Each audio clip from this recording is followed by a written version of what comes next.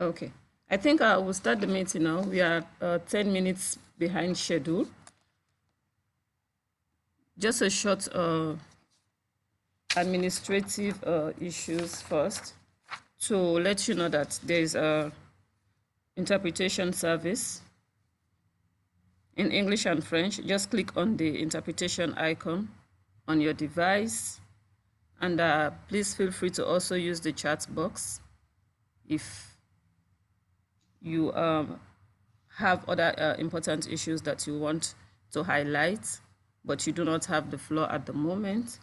Then you could also, I also want to inform you that the meeting is being live streamed and also it is being recorded. So please take notes just for our records and also to help with the reports writing as well.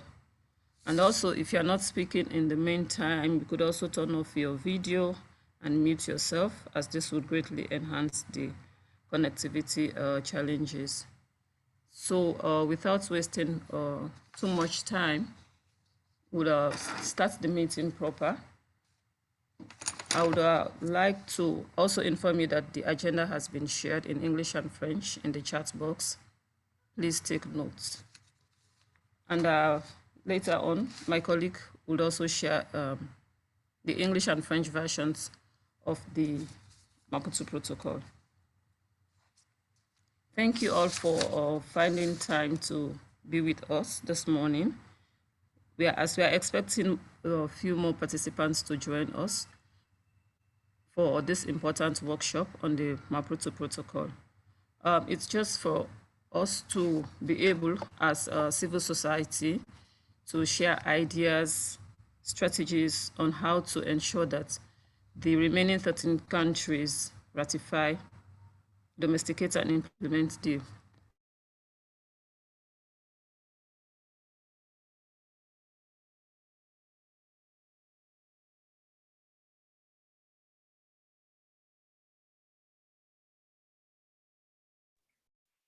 Am I the only one who is not hearing?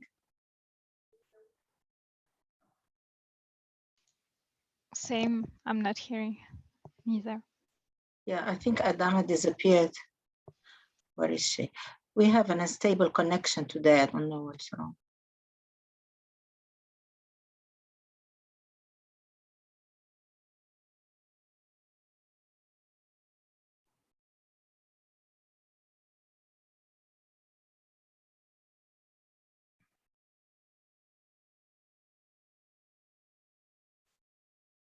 She's coming back, Adama. Yeah. Yeah, I'm sorry. Sorry about that. I'm back. So as I was saying, this is actually a brainstorming session for us as civil society. Can everyone hear me? Yes, Adama. Oh, okay. For us as civil society to be able to move forward in terms of getting states to ratify, especially the 13 countries that are yet to ratify the protocol, to be able to do so in the shortest possible time. So that is why we are here today.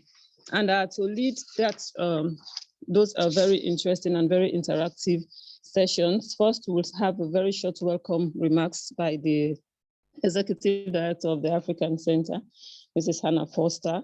Then we'll have Madam Samia Melki, who is a SOA steering committee member, to officially open the workshop.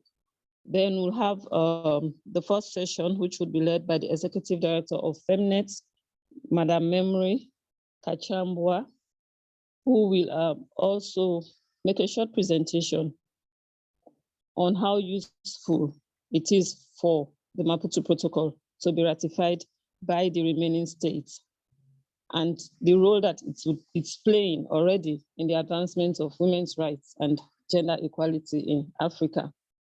Then we'll have another session that would also be facilitated by Madam Dingare Maiga, who is also the Executive Director of Women and Human Rights, to share with us basically some of the challenges and successes that were registered by the other 42 countries that are already state parties to the protocol.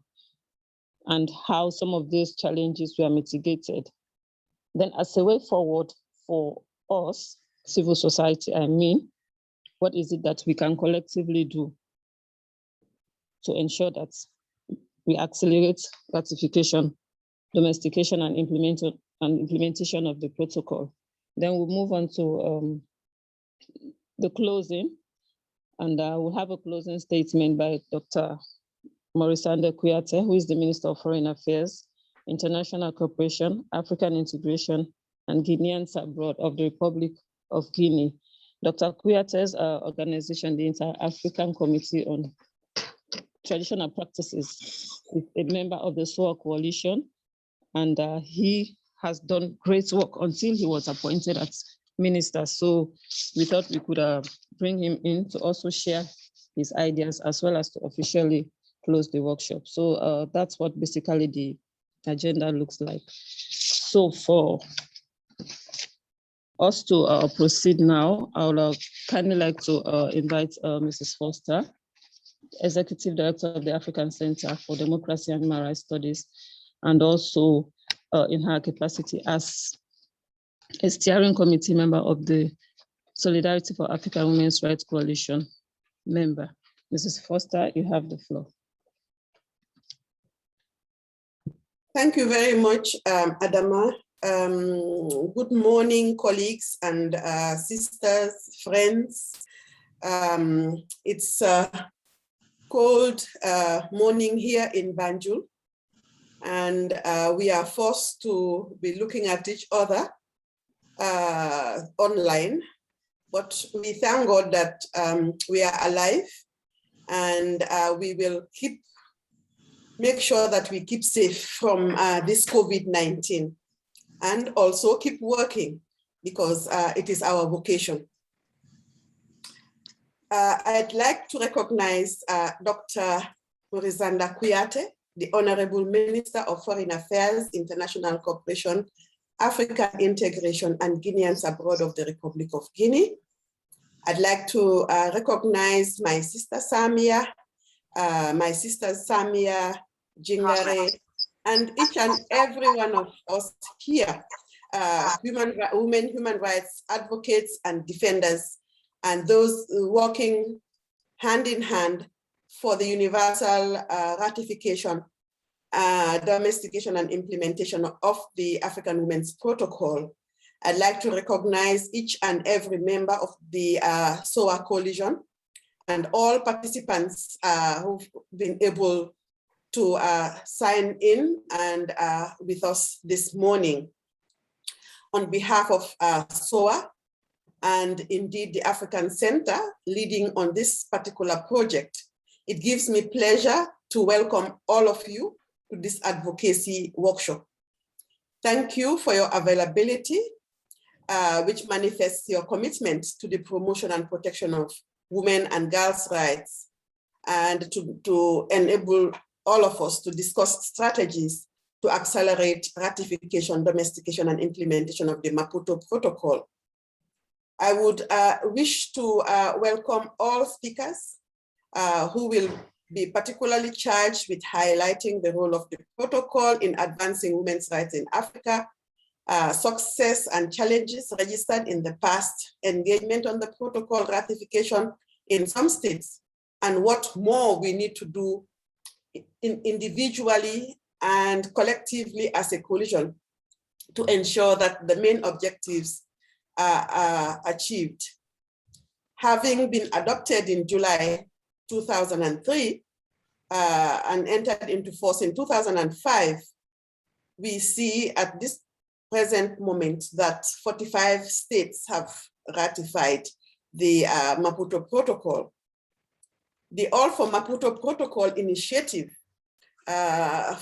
forms a major part of the SOA strategic plan 2020 and to 2024, under which the ACDHRS is currently implementing a project whose overall goal is to contribute towards the implementation of key results 2, that is the ratification of the Maputo Protocol in 13 African states, thereby ensuring universal declaration, and key result area 3, which is enhance state accountability to ensure fulfillment of state responsibilities or obligations under the protocol of the plan. Today's workshop is the last activity under the said project, and with the main objective of sharing advocacy and lobby strategies, particularly targeting 13 states that are yet to ratify the protocol. The said states being Botswana, Burundi, Central African Republic, Chad, Egypt, Eritrea, Madagascar, Morocco, Niger, Sahrawi Democratic Republic, Somalia, South Sudan, and Sudan. It is hoped that this workshop will promote networking and alliance building amongst and between participants to facilitate joint implementation and monitoring actions to achieve universal ratification.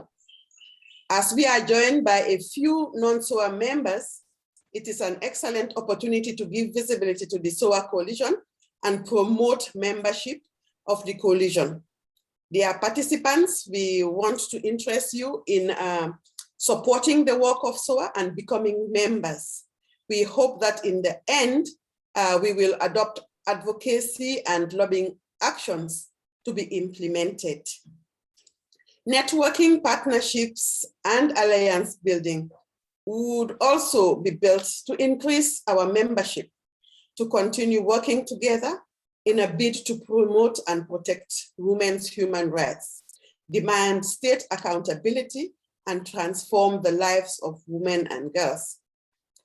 Distinguished participants, I would wish to encourage you to actively participate in the workshop so as to come up with strategies, achievable strategies, and for the implementation, the ratification and implementation of the protocol.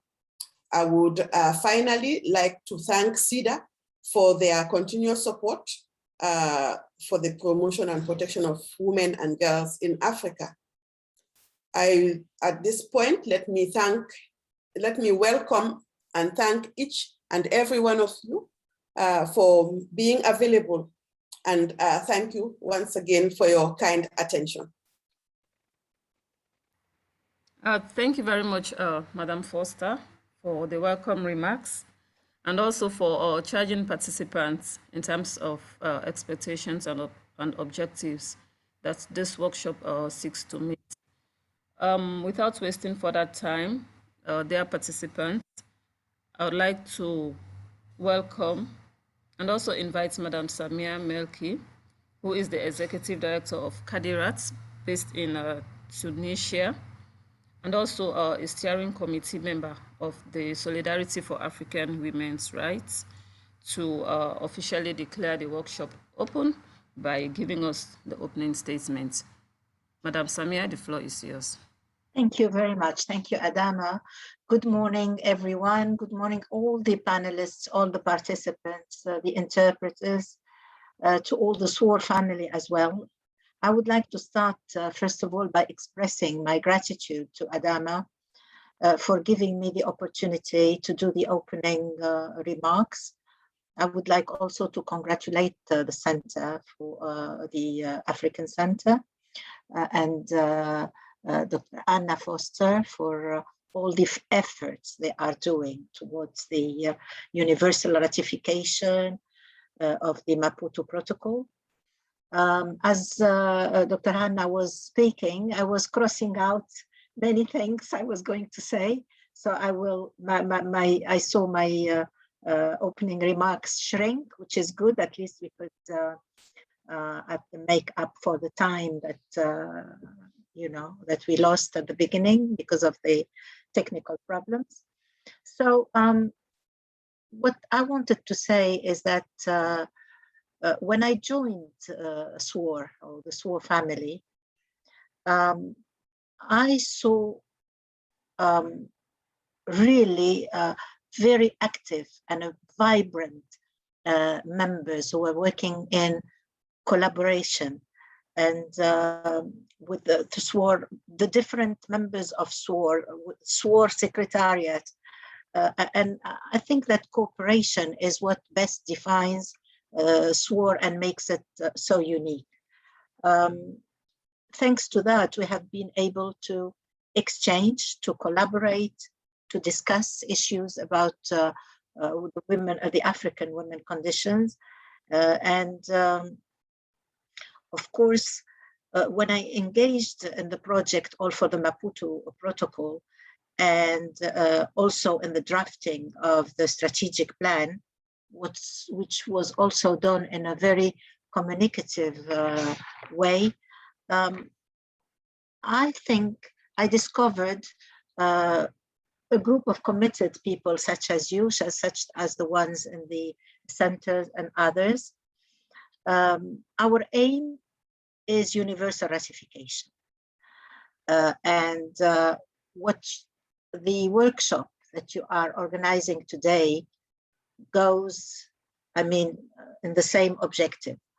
So as we celebrate this year, the Maputo Protocol at 18 years, I would like to share with you very quickly some achievements, because I don't want to, of course, take, how do you say? In French, we say empiéter. That means I would not like to take what my the coming speaker is going to talk about, but I will go very quickly towards the achievement and challenges and next steps with regard to the SWOR Coalition's campaign of breathing life into the Maputo Protocol on the rights of women, the African Protocol on the rights of women, which is famously known as the Maputo Protocol. So one of the first achievements, I think, is that the protocol was one of the fastest protocols and conventions to enter into force after 2.5 years, compared to others, which took really an average of 5 years. So I think this is thanks to all of the members of SWOR. We were able to have some reporting guidelines on the protocol, both for state and non-state actors. Also, the progressive increase in the number of state parties reporting on their compliance to the protocol. One of the achievements is the capacitating of other stakeholders, lawyers, judicial officers, even law students, journalists, etc., on knowledge as well as application of the protocol, expanded awareness, and potential use of the protocol as an important tool to advance the rights of women. SWOR also challenged the AU Commission not to leave the load of work to SWOR and take a leadership in the campaign, which they are. AUC now introduced the All for Maputo Protocol program in partnership with CSOs, including our network. Now, many, how do you say it, knowledge products have been produced or generated, like the report, for example, in Tunisia, we have the Domestication report, and many other countries, and you have strategic litigation, also manuals, etc. And this year, SWOR also launched a website and has a dedicated member in charge of the communication, which is excellent for our visibility. Like Dr. Hanna said, also this workshop is excellent for the visibility of SWOR and other actions such as this workshop that are taking place, all around Africa. This has SWOR, and here I quote Faiza Mohammed, the Executive Director of Equality Now. Faiza said, we haven't dropped the ball for the advocacy of Maputo Protocol throughout the past 18 years. And this is really a remarkable achievement. We are now in the implementation of our fourth strategic plan. Of course, there have been challenges. There have been challenges like the strongest is during the past 2 years, we had to postpone planned activities. And also there were activities planned in countries that required active engagements with member states that are yet to ratify the protocol. Then we started the journey of breathing life into the protocol. In 2004, there was a number of challenges, including elections of and emergency situations, conflict, natural calamities, which took away the focus from the women's agenda as usual. You know, the women is not women issues are not a priority whenever for the governments. Whenever there is something happening, you know, unexpected. Here, those now we continue to push for the securing the remaining 13 countries' accession to the Maputo Protocol, as well as with the implementation of the protocol. Of course, I can say that in North Africa, we also have some countries that where shrinking spaces for SCOs has also been a challenge that we continue to deal with and find ways to maneuver around it. Despite all these challenges, I think that the active members of SWOR, and most of them are active, the majority of them will find ways to deal with all these challenges. So our coalition is guided by its 5-year strategic plan now. The strategic plan we have participated in actively, so that has increased our sense of ownership. I don't want to take too much of your time, so I declare the workshop officially open, and I thank each one of you. Thank you very much. Thank you very much, Madam Samia, for declaring the workshop open and for getting us ready for business proper. I think I noticed, yes, that definitely we do have some participants online that are not members of the SOA coalition. And maybe for that, I would like to just propose that we take at least 2 minutes to just briefly introduce ourselves, just your organization and which country you are based in. So we know, oh, okay, this is a SOA member or this is not a SOA member, then we could be able to engage with you one-on-one and see if joining SOA is an area that you are interested in. So I would like to open the floor for that. Just your name and your organization and the country that you are based in. And that will also give you an opportunity to turn on your video and also as you are introducing yourself. So in 2 minutes, please. Let me start with Naji, maybe as I have it on my screen here, or let me start with Madam Maiga. Yes, thank you very much. Thank you, Adama, for moderating this very important workshop on Maputo Protocol. My name is Naji Moulay Hassan. I am the Executive Director of the Network of the Independent Commission for Human Rights and a member of Steering Committee of the NGO Forum, focal point of North Africa. Thank you very much. All right, thank you. I believe Madam Samia has introduced herself as well as Madam Foster. So now I'll move on to Madam Maiga. Bonjour à tout le monde. Je suis Maïga Djingare Ibrahim. Je suis la directrice exécutive de Femmes et Droits Humains du Mali. Memory, please.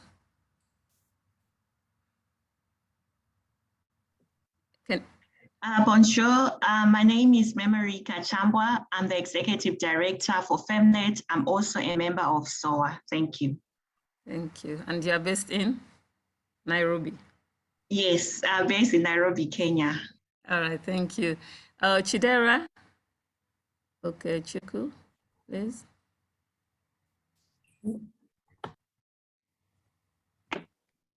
good morning. Sorry, I can't really put on my video. It's fine. It's fine. So I'm Chidera Okechukwu. I'm the program officer at Baba for Women's Human Rights, and we're based in Nigeria. All right, thank you. I'll move on to Umar Rimi.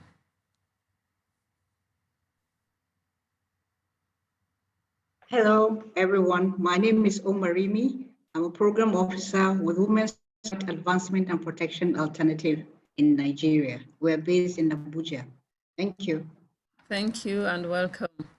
I'll move on to Madam Fatima Sekak.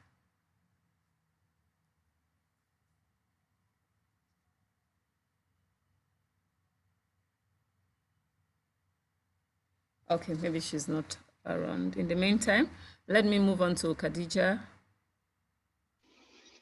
Good morning, everyone. My name is Khadija. I am working with the OHCHR East Africa Regional Office based in Addis, and I joined the office 1 week ago. Oh, thank you very much. Thank you for joining us. Ajo Delali, are you there? Ajo Delali Klutse from FAS. Bonjour à tout le monde, toutes mes excuses. Oh, okay. Allô? Yes, please go ahead. Oui, toutes mes excuses. Mon nom c'est Adjo Delali Klutse. Je suis chargée de programme de l'ONG Femmes Africa Solidarité. Nous avons reçu l'invitation de Adama. Effectivement, FAS n'est pas membre de SOAR, mais ce serait une opportunité pour nous de faire partie de cette coalition. Je vous remercie. Merci beaucoup. Thank you very much. That has been well noted. Yes, that FAS is not a member of the coalition, but since we are all working on the women's agenda, definitely it's a space for us to engage. Thank you for being here. I'll now invite Abdelrahman Gassim. Abdel, are you there? Can you hear me? Otherwise, I'll move on to Léonie Gomish. Bonjour, merci Adama. Je m'appelle Léonie Gomis et je suis directrice de programme à Femmes Africa Solidarité à Dakar. Merci. Thank you very much, Léonie. Thank you for joining us today. Deborah, are you there? Would you like to introduce yourself, please? Hello, everyone. Hello. Yeah, my name is Deborah Nyokabi, Program Officer with the Network of African National Human Rights Institutions. Thank you for the invitation. I'm grateful to be here. I'm based in Nairobi. All right, thank you. That's been well noted. Thank you. Omar.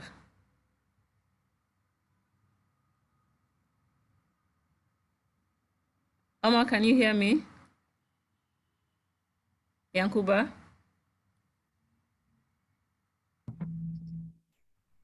Hello. Hello, we can hear you. Please go ahead. Okay, my name is Yankuba Ket. I work with the African Center for Democracy and Human Rights Studies. Yeah, based in the All right. Okay, thank you. Just so that I'm not accused of discrimination, I'll let the interpreters introduce themselves. 1 second, please. Mr. Jain and Mr. Major, you have the floor.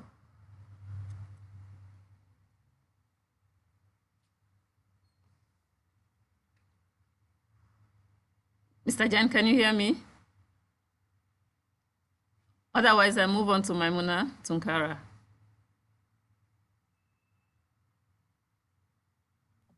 Okay. Yeah, that will be the last and we'll move. Merci beaucoup. Bon, bonjour tout le monde. Merci à tous et à toutes. Moi, je suis Maimouna Tunkara. Je suis la présidente d'une association qui se nomme Femmes Initiatives pour le Développement. Et je suis membre du Forum féministe malien, dont la présidente c'est Mme Djingray, que je remercie beaucoup. C'est grâce à elle que je vous rejoins et je suis très intéressée par cette coalition qui est l'opportunité pour moi d'apprendre, de partager avec les autres. Merci. Thank you very much, Madam Tunkara. I think that's it for now. Abdel Gassem says he's based in Khartoum, Sudan. Yeah, that's where he's based. He couldn't introduce himself, but he just sent information to the chat box. So now we know who everyone is and where they are connecting from and which organization. So I think we are good to go now. And we are expecting a few more people to join us. Of course, they'll be introducing themselves as we go on. Yankuba, I wonder if at this time we could have a group photo. Yes, yeah, it's possible. If we can. So once we are done with that, then we move on to the... Yeah, everyone can. So everyone, kindly turn on your videos for a quick group photo.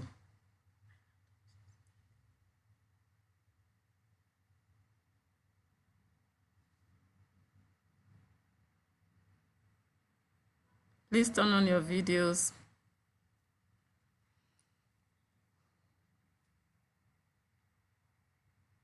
Chidera, kindly turn on your video.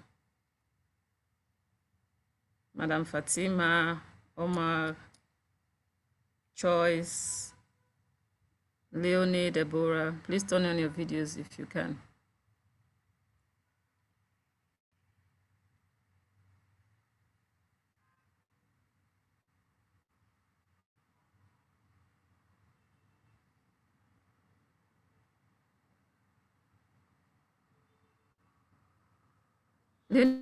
Your video is still off, as well as Deborah.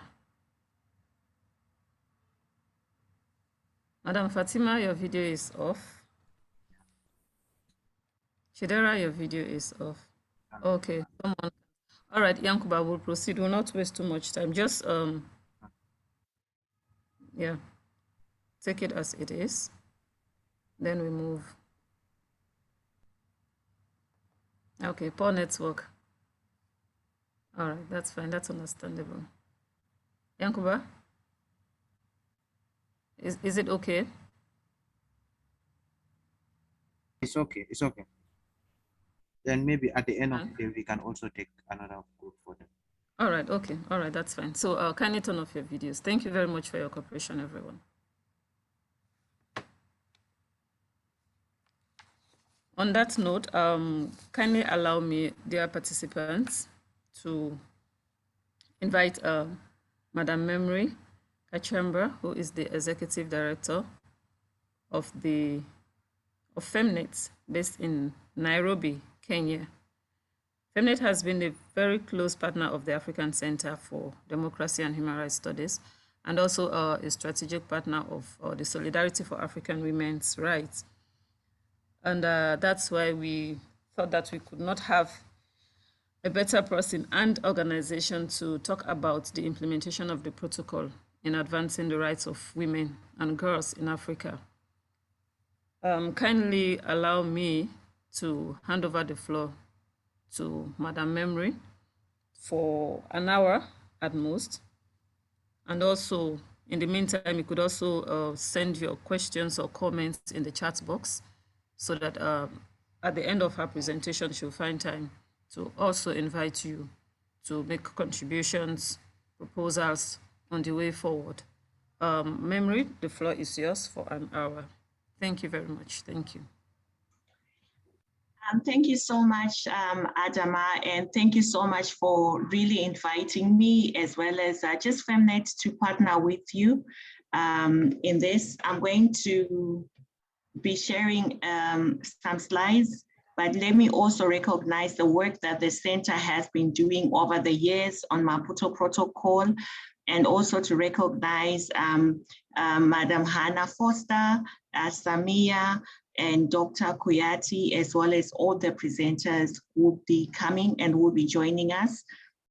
Also very much honored. I know this is the time where most of us might not, it's a very busy time, but I know coming in December is really important, because this is an activity that is very important in the calendar for our collective work on Maputo Protocol. If I can just check, Adama, can you all see my screen? Is it clear? Yes, very clear from my end. Okay, thank you so much. Yes, so I think one of the objectives of this workshop is to have this workshop to be really interactive, to be able to share the different strategies that we can really use to ensure that Maputo Protocol is implemented. And I just wanted to underscore the word implementation and also see what does it look like when Maputo Protocol is implemented. So I do hope that everyone who will be part will be able to really, I think let's really open up, like what Adama said, please share as much as you can in the chat box. I'll just take you through a few slides, then we can also open for discussions. So, okay, allow me to go to the next slide. So I also wanted to just, I did hear when Madam Hannah Foster was doing the introduction that we have some members and some partners who are joining us who are not members of SOA. And I think with the introductions, I really want to welcome you all, but also just to give a little bit in depth in terms of who SOA is, what sort of work we do. So SOA, which the center is a member of, is a regional membership-based network with different organizations. It was established in 2004 to ensure that African governments adopt, ratify, domesticate, and implement the Maputo Protocol. So SOA is a coalition which currently has 63 members in 32 African countries, with virtually presence of most of our members in the different African countries. So also some are networks. So for us, for example, as FemNet, we are a member of SOA and we have members in 50 African countries. And I know there are also other networks as well. So SOA, the Secretariat for SOA is Equality Now, the Africa Regional Office, which is based here in Nairobi. So they are one of the founding and the steering committee members. So they bring together the different SOA coalition members. The vision for SOA is African women fully enjoy their rights under the protocol. And Madam Samia in her welcome remarks really pointed out to the strategy that SOA is currently implementing. And this current strategy is really pointing to domestication and implementation. Now, I thought I would then go into the whole protocol just to give a bit of overview of Maputo Protocol. And I think it's important for us to really know that Maputo Protocol is a protocol that was adopted by Africa. It's one of the most progressive documents in terms of women's human rights, not just in Africa, but across. And Maputo Protocol has also inspired other regions like Europe, Latin America, to also have a protocol specific to their regions on women. And it was adopted in 2003, following the need to address the inadequacy in the African Charter with respect to women's rights. And it came into force in 2004. So currently ratification is 42 out of 55 African Union countries. I don't know if I'm up to date, but I think this information I have is really a bit out of date, because now we only have 11 countries which are yet to ratify. But I know when Madam Hannah Foster, in her remarks, she mentioned the countries which are yet to ratify. I think what's also important is that this African instrument is also very innovative. I mean, it includes certain clauses which other human rights and women's rights instruments do not include, like issues around widows, HIV and AIDS, issues of harmful practices, issues of abortion, comprehensive sexual reproductive health and rights, and also really centers the issues that are specific to the African continent vis-a-vis women's rights. Okay, so this is a map which just shows the countries which have ratified, countries which have signed but not ratified, and countries which have neither signed nor ratified. And I think here it's really important to see Egypt, Botswana, and Morocco are still countries which have neither signed nor ratified as well. But also just to see some of the countries might have signed, some of them might have even ratified, but they also have have not ratified the Maputo Protocol in full. They have reservations.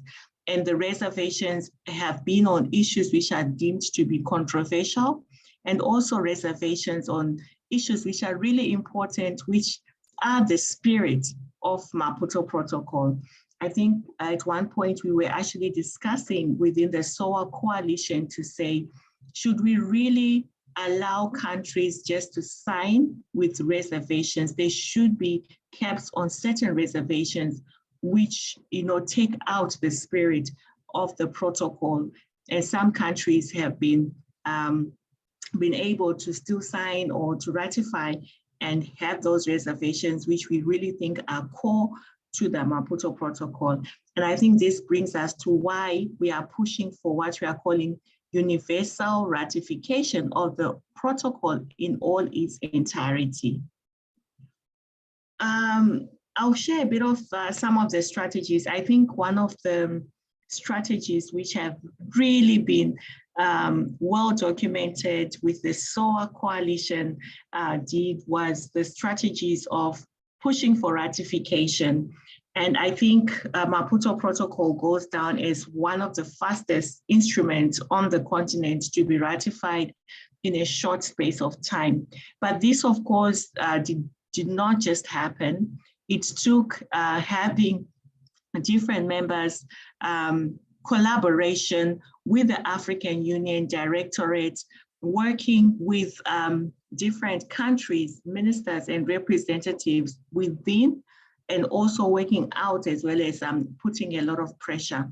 So one of the most successful strategies and campaign was the Colored Cards campaign.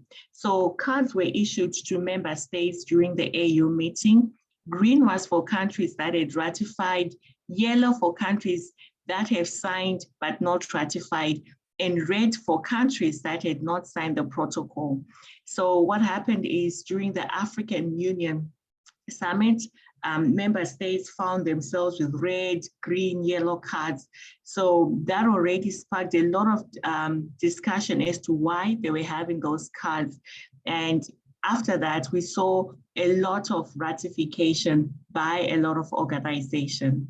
So one of the strategies that the SOA coalition has done very well is to document the different campaigns, as well as have documentations of where Maputo Protocol has really been used for success.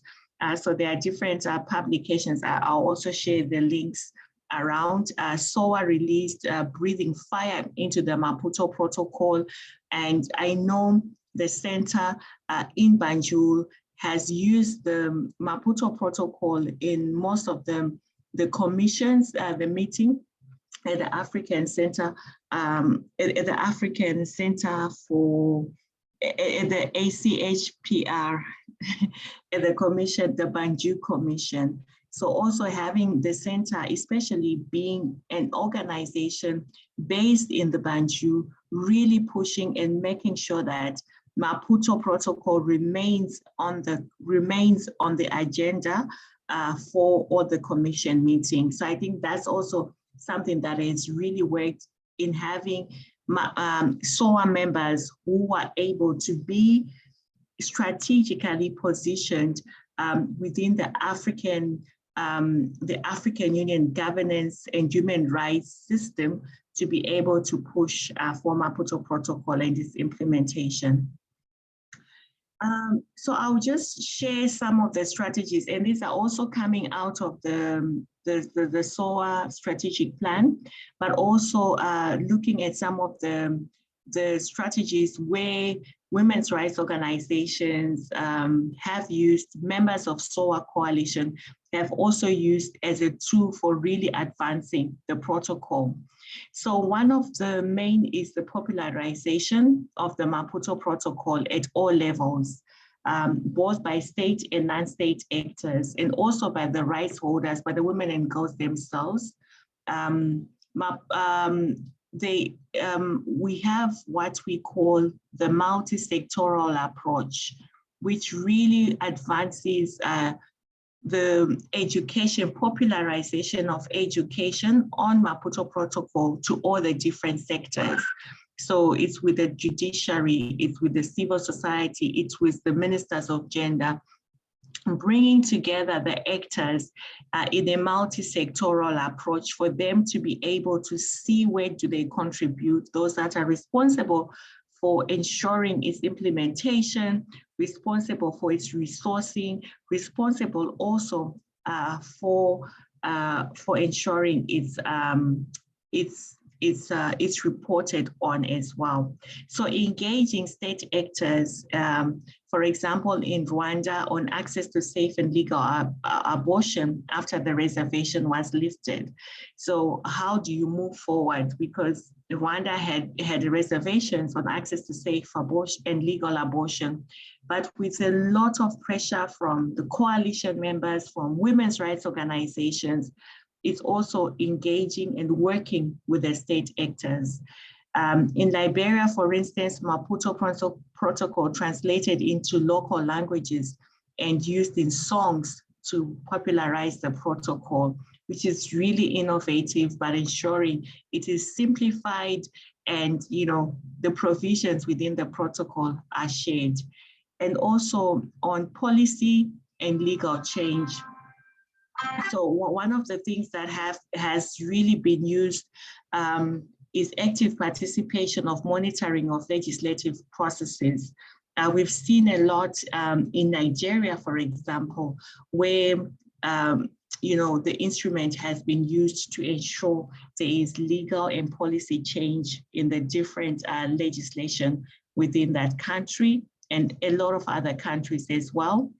Carrying out policy research and law reform advocacy in Rwanda, in South Africa, research on informed law reform, lifting reservation, coming up with model laws as well. I know the Southern Africa SADC region has come up with a model law on gender-based violence, also taking it out of Maputo Protocol. And also issues around budgeting and gender programming, monitoring how these are with respect to implementation of Maputo Protocol. It's very important to know that Maputo Protocol in Article 10 actually requires states to reduce military spending in favor of gender equality for implementation of gender equality. And at the African Union, I think 2 years ago, the theme was on silencing the guns. And we actually were able to use Maputo Protocol as a tool to silence the guns and to shift more investments to go into gender equality programming as well. I think also just to add that Maputo Protocol has also been used as an advocacy tool for civil society reporting, primarily to the African Commission. There are guidelines which are there, and that states should report every 2 years with 2-part reports on the Charter and on the Maputo Protocol. But unfortunately, this has been one of the least areas where only 16 countries have submitted reports in line with the guidelines. So sometimes you find member states will submit, but they'll only submit part 1 and not necessarily submit the part 2. So they can report on the Charter, but not report on Maputo Protocol. But one thing that women's rights organizations, civil society organizations, and members of SOA have done well is for shadow reports. I know the language is shifting from shadow reports to parallel reports to alternative reports. because to say shadow is just not in the shadows, but to say this is an alternative report to what the state may be reporting. So we've seen a lot of these alternative reports by civil society, and they have also triggered member states to also submit their reports. And this really links to the treaty monitoring mechanisms of other bodies like CEDAW, UPR, UN. So we've seen a lot in terms of member states are willing to report on the sustainable. Sorry. Yes. Yes. Okay, sorry for that.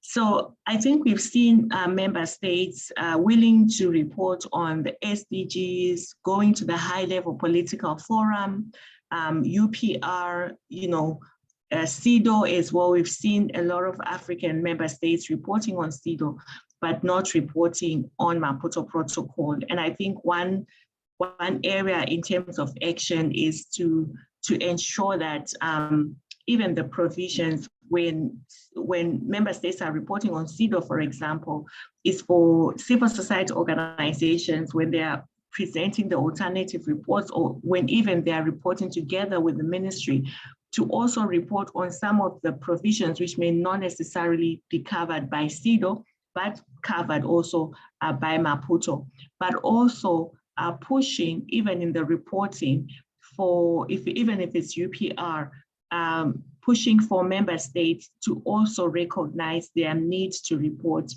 to the Commission on Maputo Protocol as well. Another area is concluding observations, following up. So one of the things is that when the Commission actually sees when they come up with concluding observations, and this is where these observations can actually be used for advocacy, and they can even be used in informing policy and also addressing some of the cases that might have come. So it's very important. This is what Maputo Protocol also provides for as well. Providing technical support to AU member states. One of SOA members, Center for Human Rights, at the university in Pretoria, they do a lot of training for civil society, but also for member states on state reporting, and also offering when the technical support that is required, even for alternative reports, but also for state reports as well. And Equality Now, which is the Secretariat for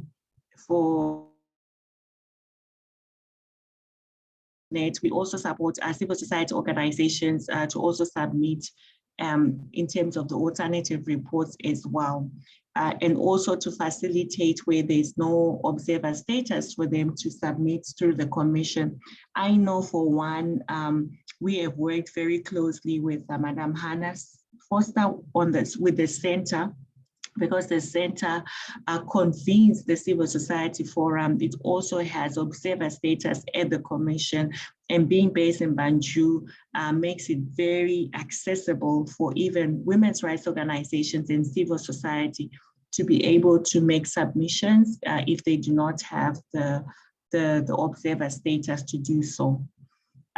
There's also been NGO statements at the Commission for pushing for organizations to also if an organization needs to have observer status, and solidarity. I would love to underline solidarity, because the way we work is being in solidarity with another country. So if a country, for example, is reporting, there's always that space for us to share and say, when we were reporting, this is what you need to look out for, this is the support.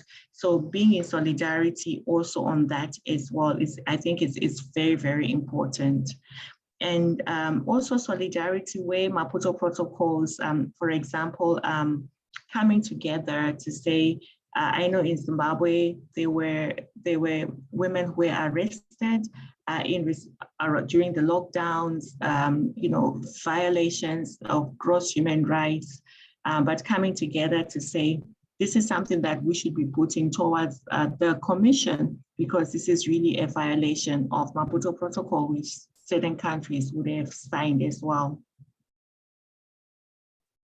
I know it's very quiet. I hope we are together. We are moving together. Also, issues of litigation. So strategic impacts litigation, public interest litigation has really been effective. Very progressive decisions on Maputo Protocol in Mali, on issues of FGM in Nigeria, on issues of sexual harassment in Ethiopia, on issues of marrying your rapist law. So all this has really helped in terms of legal precedents as well. So Maputo Protocol, it has been used and is a tool that can actually be used for strategic litigation. And also, there is also a case in Nigeria, which is before ECOWAS, and also in Kenya, maternal health. So there's been a lot of cases which are documented. There's a documentation which I mentioned earlier, which looks at breathing life into Maputo Protocol, which also breaks down and gives some of the rulings that have been done in terms of using Maputo Protocol. And the SOA, including the different members, have trained over 400 lawyers and over 100 judicial officers in 38 countries in Africa, as well as also training and working with civil society.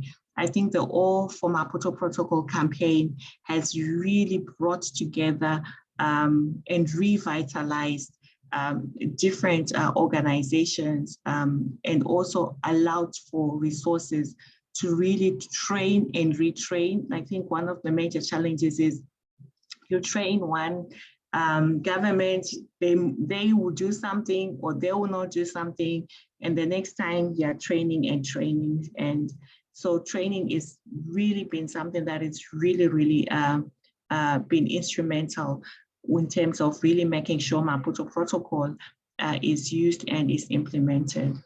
So I think just to summarize, I think as an advocacy tool, we need to work within as well as outside. So within, with the respective government ministries, also at local level, at the regional level, and also outside to ensure that there's pressure for accountability, but also outside to demonstrate what, the milestones that Maputo Protocol and the potential it really has to ensure achievement of gender equality. And another area is to also sustain continental campaigns to say, like I mentioned, the All Maputo Protocol, there was a campaign, follow the protocol. It was just follow the protocol. If member states follow the protocol, then they would definitely achieve what women's rights organizations, gender equality advocates have been really calling for. And having high-level delegations. So one of the things we have also done is having joint high-level delegations where we go on a mission. I know we went on a mission to Sudan. We went on a mission to Madagascar. And this year, it's just because of COVID, we're also planning a mission to Botswana as well. So high-level delegations really bring together where the different countries and different activists are also going to a country which has not ratified or has not signed the protocol to urge it to sign. So they meet with the different civil society organizations, they train them, they also share the different tactics that can be used for, and as well as the pathways and what needs to be done for either ratification or for signing and for implementation. And issues of popularization, I think this is something that we need to underline, really make Maputo Protocol, be a standard in all people just knowing what it contains. A lot of people associate Maputo Protocol with abortion because this is what the opposition has really, wanted to dismiss Maputo Protocol. So being aware in terms of saying Maputo Protocol has provisions on women and the environment. It has provisions for, what needs to be placed for married women, divorced women, for family law. Very strong provisions are in Maputo Protocol for women's participation in decision making, for girls' rights as well. So it might not have other provisions which which are in line or which have emerged, like ensuring and respect for gender non-conforming persons. But as an instrument, it is beyond just abortion. So I think that's one thing I just thought I would mention, because that has been used for member states which are very conservative to already say, as long as Maputo Protocol has that provision, then we are not signing. But also for other countries which have not even signed, to say their own legislation is better or more advanced than Maputo Protocol. So you find they're okay to look good at the international space by signing to CEDAW or reporting on UPR, but not reporting on Maputo Protocol, which is an African instrument in itself. So another tact also is ensuring that Maputo Protocol remains on the agenda and is amplified in different spaces. At the African Union, during Gender is My Agenda campaign, Commission on the Status of Women, the Africa Regional Forum on Sustainable Development, the Generation Equality Forum, which was launched this year in June, the Girls Summit. So all these spaces, it's really critical to continuously use Maputo Protocol as an instrument. So I think I'll just share just a few examples. I think I shared and I mentioned some of the examples where SOA is continuously strengthening the capacity of women's rights organizations on joint advocacy, and also at the regional level and online, having strategy meetings, mobilizing the African women's movement, for example, during the 16 days, the 16 days of activism. There was a campaign to approach the different embassies for countries which have not signed or ratified Maputo Protocol, just to urge them. I hope most of our members managed to throw letters and use this as a strategy, just so that the different members and member states would tell their capital that women are asking you, why have you not ratified, and why you should ratify. And of course, there have been letters which have been written to the AU chairperson in 2020, a letter to the President Cyril Ramaphosa of South Africa, who was chairing the African Union. So I think just as we end, the protocol has been used for popularization, for strategic litigation, acceleration of domestic legal policy as well, and also for campaigns like you might know the Justice for Lease campaign, which started in Kenya but also moved on. Even the Follow the Protocol campaign, really to push member states. So every time there's a campaign, you've really seen how the collective campaign always, always steers the member states to do something. So campaigns jointly with solidarity, they really work as well. Of course, there are still major gaps in countries where sometimes there's conflict, sometimes there's a lot of setback. And also we've seen increasingly how the opposition to most of the provisions in Maputo Protocol are really, that opposition is well-funded vis-a-vis women's rights and civil society that are pushing force Maputo Protocol. So that pushback from fundamental groups, I mentioned already, trying to depoliticize and to deprioritize Maputo Protocol, as well as just pushing for reservations and not willing to have reservations lifted, as well as the lack of reporting. And sometimes advocacy is not continuous, because most of our advocacy is really, it's always dependent on funding. And sometimes the funding that we get for really pushing Maputo Protocol is activity funding. So it's funding for us to do the campaign, but it's not funding for us to pay for the administrative support, especially now post-COVID, where we've seen a lot of women's rights organizations really being affected. And we know most of the organizations that have been really pushing for Maputo Protocol, some of them will not even be able to recover, to continue the work. We know one of the quickest way, strategic litigation is expensive, and sometimes there's no funding to support that as well. Popularization. So that discontinuity remains a major challenge as well for that. And also sometimes there's no security. You push for some provisions. We've seen with women human rights defenders, there's no security net in terms of really supporting them.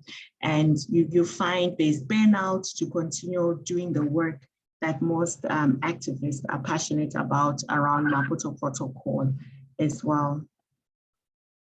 And training, like I mentioned, in some areas, you train today, you realize, no, but we're trained. Yes, training needs to continue as well. But there are other opportunities like the initiative by the AU Gender Directorate on the scorecard and index. Yesterday, the African Union was also launching the dashboard where you can find all the documents as well as the scorecard as well. I think it was launched in partnership with UN Women. I'll share the link after this presentation. So I think also, there are also other opportunities as part of SOA members. SOA members, they know who are here, and those who would like to join SOA members. I think there's an opportunity for ensuring there's collaborative engagement for collective action as well, and also linking with other regional processes, the UPR, the treaty monitoring bodies, the CSW, the Generation Equality Forum as well, engaging with the African Union organs, like I mentioned before, the REX, the SADC, ECOWAS, the different regional economic commissions is very important, and also networking with other specific organizations. So I think in summary, there's more work which is needed for domestication, partnership, collaboration, having a feminist funding ecosystem really to support and to invest in issues on Maputo Protocol, the issues of intersectionality to make sure that, even if there may not be specific provisions, but to ensure that we are building allies on issues around gender non-conforming, LGBTQI, sex workers, young women, women with disabilities, but also ensuring that more than anything, issues around Maputo Protocol advocacy and issues of women and girls remain at the center. Thank you so much. I think that was a lot in terms of a lot of information. I'll just go back and just see.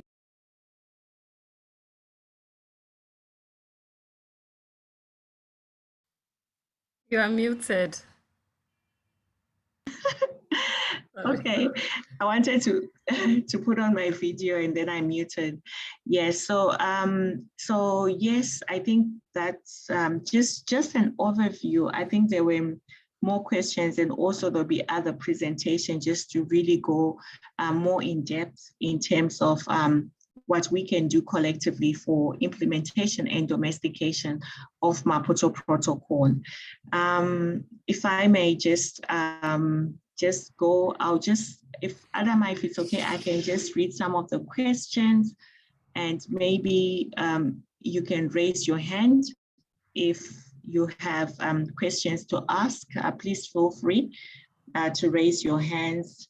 And if you are also joining us, if you joined us after the introductions, great, please introduce yourself. I see Choice from Wilsa.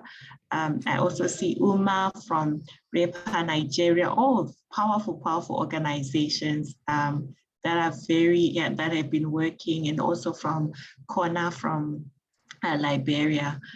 Thank you so much. Adama, maybe yes. over to you. Oh, okay. Thank you very much. That was a very informative presentation.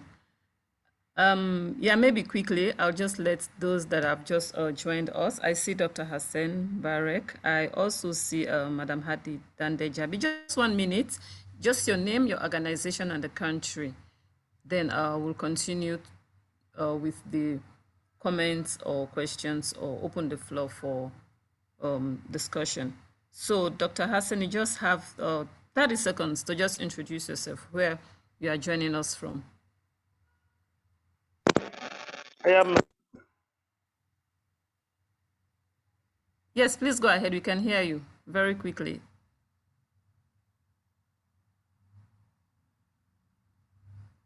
Oh, maybe we lost him. Madam Hadi Dande, are you there? Can you hear me?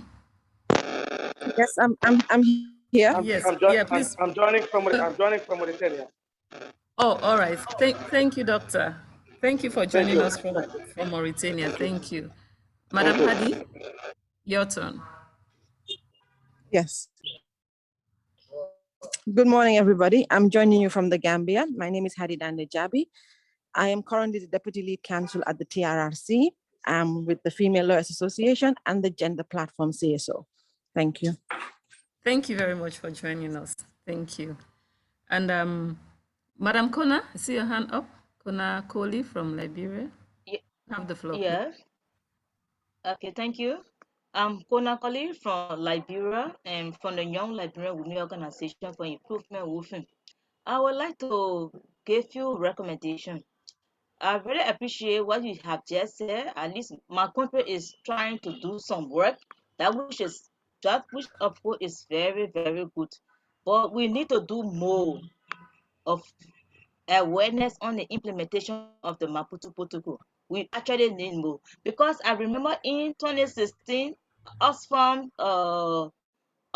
did a project. We did a project with Oxfam. They were able to translate some of these Maputo and the Maputo Protocol into a dialect, but it was very few. So right now, more people are not really aware of the Maputo Protocol. I even went at the court and met some judges, try to talk to them. It's like, what you talking about? Okay, we will talk another time. So there's lot to be done. And I would like to know as to whether has Liberia ever make any reporting on the Maputo Protocol, any country report? I would like to know that as well. Thank you. Thank you very much. Thank you. That has been well noted. That is very important because for some of those countries, once they ratify, that's it. Who monitors the domestication? Nobody. Who monitors how they implement, how they report? I think it's a challenge for us as SOA coalition members to not just focus on those that are yet to ratify, but what of those that have ratified? What are they doing? So that's a food for thought for us. I would, there was a question by Rima. Yes, in terms of countries that are yet to ratify, is it because there are no SOA members in those countries? Or report? And what is it that SOA can do to encourage those states or CSOs in those countries, closer partnership with them to ensure that, yes, they have members there and that can work together with the support of SOA to ensure that these countries ratify. That was from Uma that I found in the chat box. But apart from that, I didn't see any other question. But I think, yes, partly Memory has responded to that particular question that was raised by Uma. So maybe in the meantime, yeah, Memory was very good with the timing. We can now open the floor for discussions, for clarifications, for comments, for proposals, recommendations, and the like in terms of taking forward the agenda of the SOA coalition towards accelerating universal ratification, domestication, and implementation of the protocol. So with that, I'd like to open the floor. Please feel free to speak in English or French. There is interpretation service. Yes, Madam Foster, you have the floor. I see your hand up. I really wanted to commend Memory for that comprehensive presentation. I just wanted to add a little bit in terms of the reporting on the Maputo protocol. It's quite challenging. To date, we have only, I think, 16 states have reported, sent in their reporting, observed their reporting obligations on the Maputo protocol. And 16 out of 55 definitely is not something to write home about. So yes, insofar as we are putting emphasis on ratification, we think that domestication and implementation are also key, so that states do not ratify and then start waiting. Oh yes, we have done. No, no, no. We have to make sure that as members of the coalition, we are in a position to advocate and request that states domesticate and implement.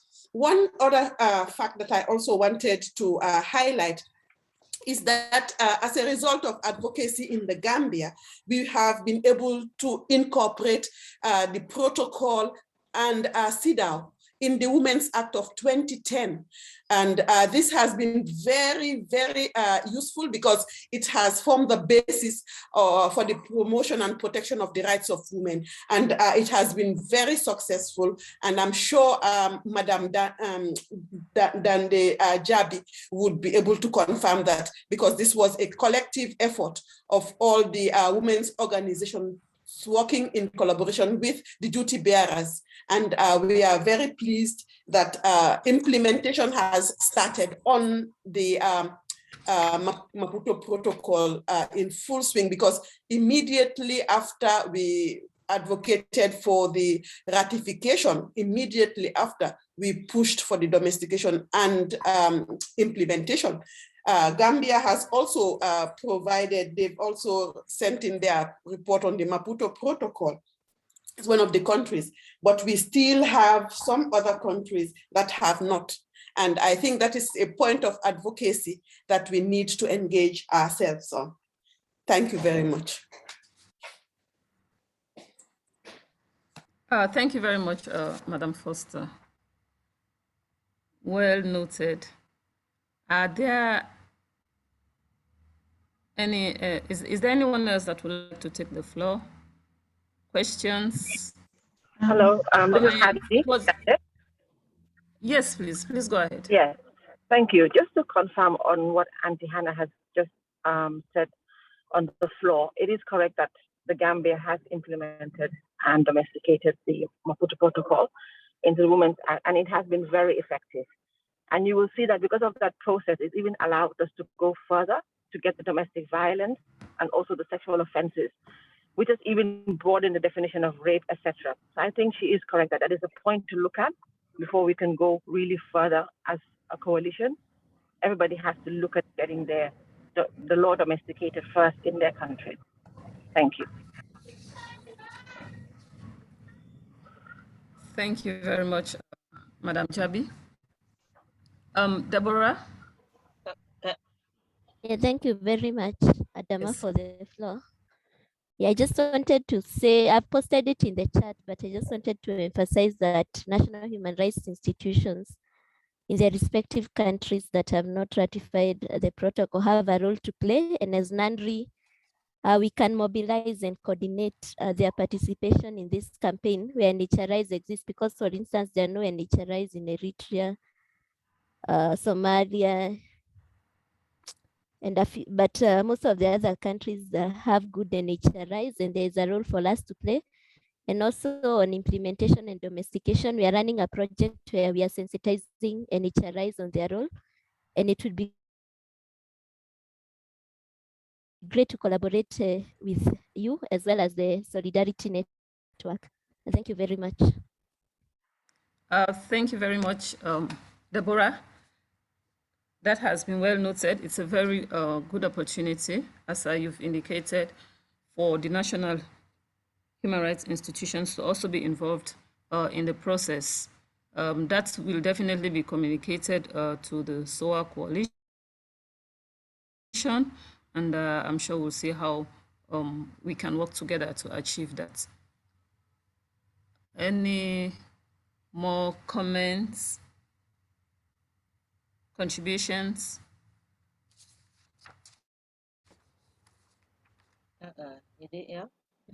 Hello?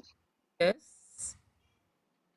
Yes. Are you getting me? Is that Kona? Okay. I still see your hand up. Yeah, please go ahead. I think one of the steps that SOA is taking, which is yeah, are you getting me? Hello? It's breaking. Can you say that again, please? Yes, please go ahead. I said one of the steps that SOA is taking, for example, like giving us a petition to take it to the very embassy in those countries that have not ratified the Maputo Protocol. That is one of the very good steps. But I don't know how far it is working. Like for me, it was sometime last week before last, I took my petition to the Egyptian embassy, to the ambassador. But he said that he could not see me. He have to send a petition to Egypt. And I'm still making follow up with the embassy. So it's like maybe if you put more pressure on the embassy in our very country, it can also help. I think it can help. But I don't know how other people, how is it working since that communication was sent out. I don't know how it's working with them. Thank you. Thank you very much. I've also taken note of that. Unfortunately, we do not have someone from Equality now here because they have another engagement, prior engagement that they are involved in. But definitely, yeah, I think it's very important for them to be able to inform. I'd also make a follow-up on that initiative that they had taken to encourage SOA members in those countries to engage with embassies wherever they exist.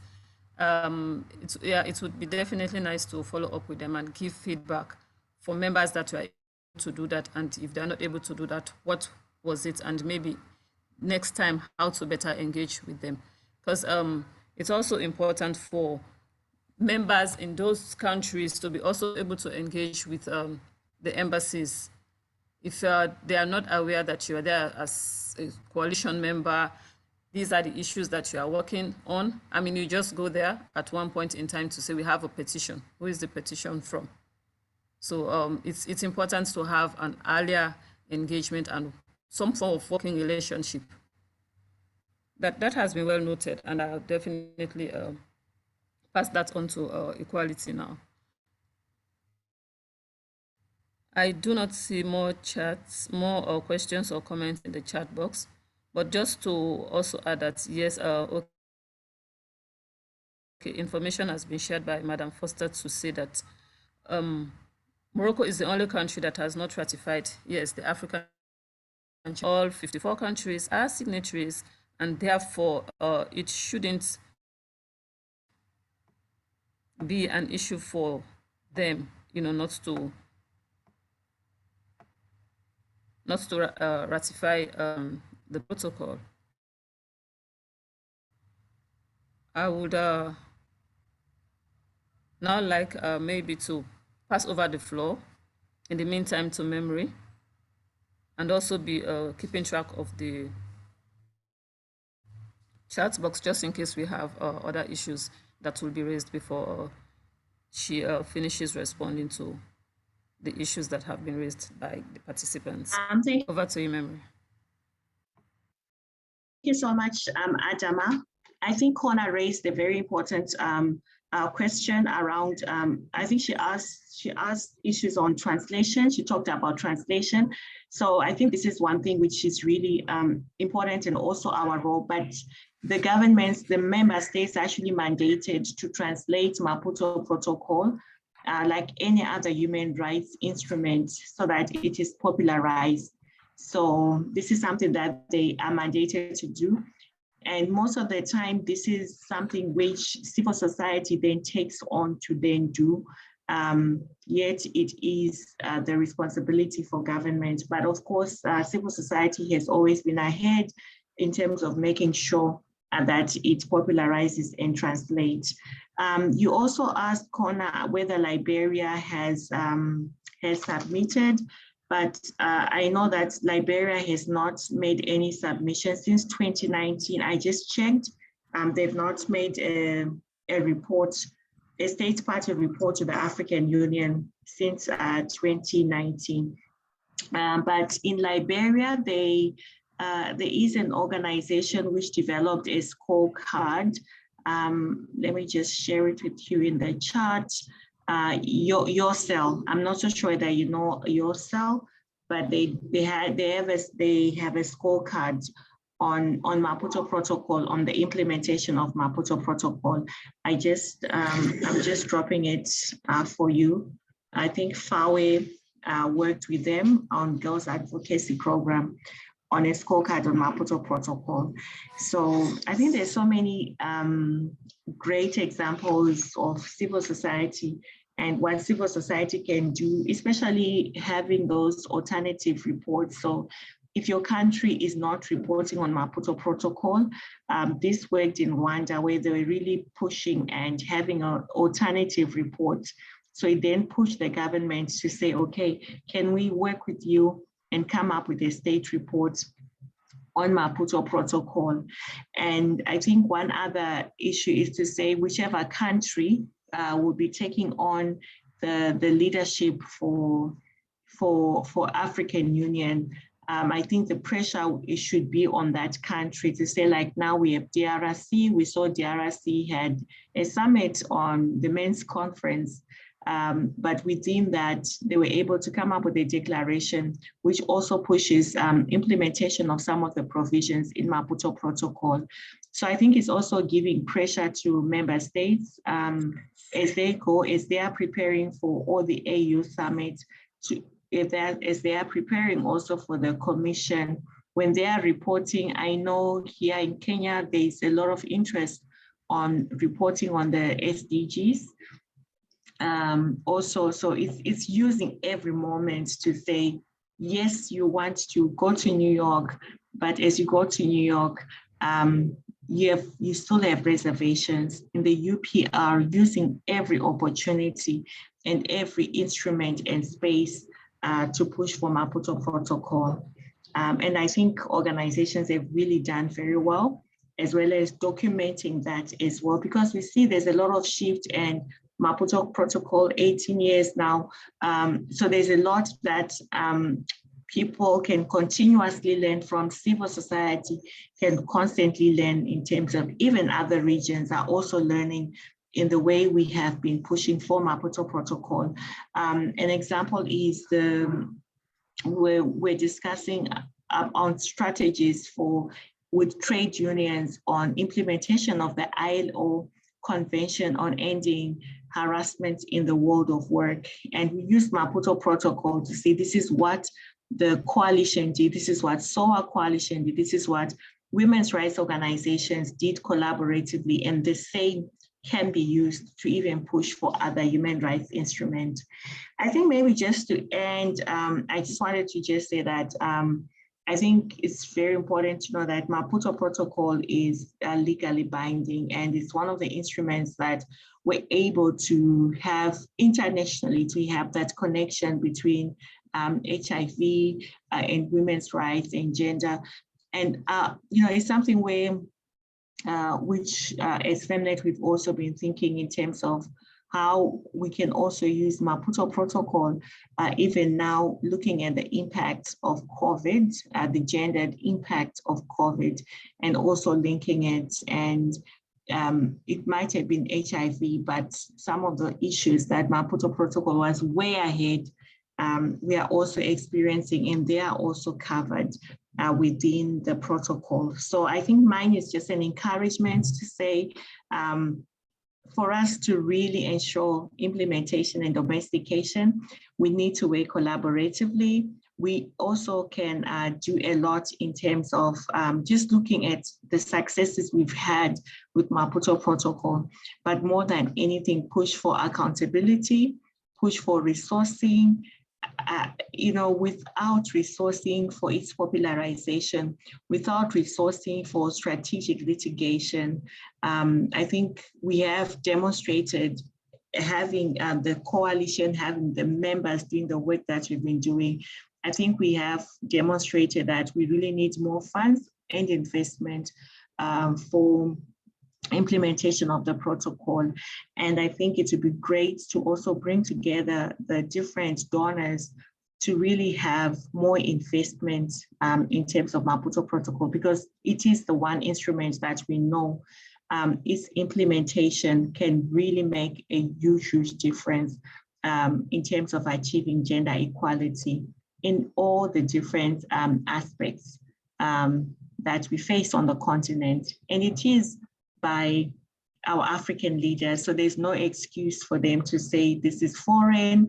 The issues that are being pushed are not adequate. So knowing what our opposition is saying, but constantly pushing it, re-energizing ourselves to ensure that Maputo Protocol remains a priority on the continental agenda, but also at the national level as well. So thank you so much, Adama.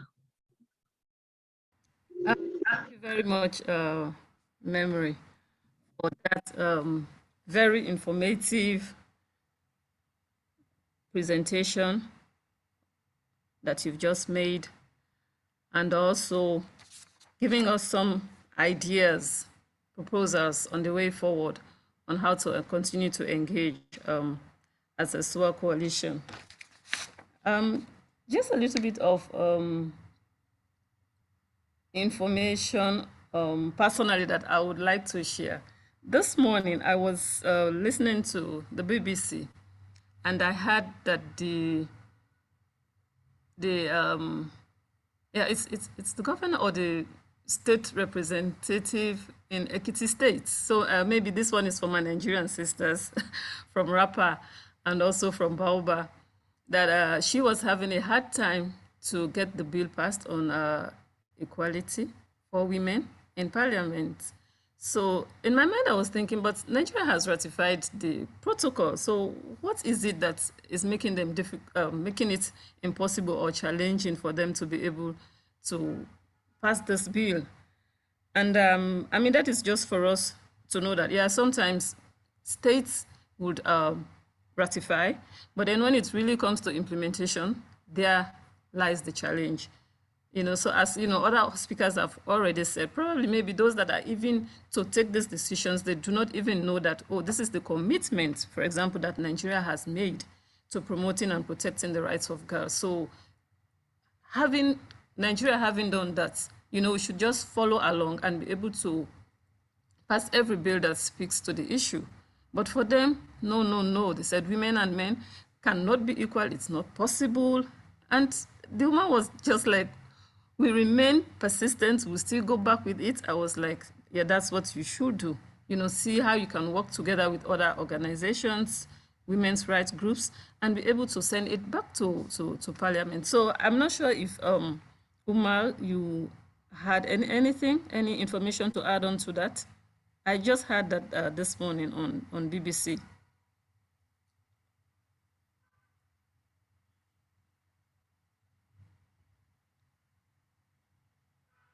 Umar, are you there? Do you have any information to that? Otherwise, yeah, otherwise we'll just move. But that was just something I heard that was very, interesting that I just wanted to share. At this point, let me continue to welcome those that are just joining us. I see Gracia, Julio. Gracia, are you there? Would you like to tell us where you're joining us from, please? And also, I see Tan Sidibe. Are you online? Can you hear me? And would you like to just tell us in 30 seconds where you are joining us from? Gracia. Bonjour. Bonjour, madame. Bonjour. Astan Sylvie vous dit bonjour. All right. Allô? Oui. Bonjour, c'est Astan Sidibé du Mali. Merci, madame. Merci. Bon arrivée. Merci. I'm brushing up my French today. Thank you for joining us. Gracia, are you there? Can you tell us where you are joining us from?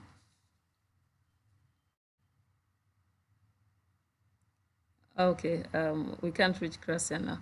All right, so that, yes, brings us to the end of the session on the Maputo Protocol, as was presented by Memory. It's very educative.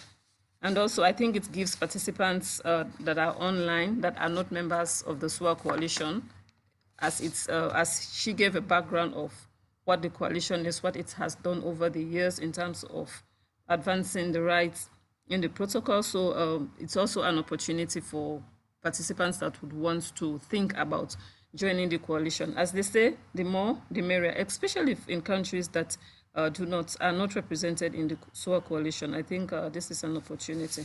And definitely in terms of the challenges that have been experienced over the years and what we can do as a coalition to move the agenda forward. Thank you very much, Memory, once again, on behalf of the African Center and the SWA Coalition and the participants for taking time to make this presentation that is so important and very, very interactive. Thank you very much for your time.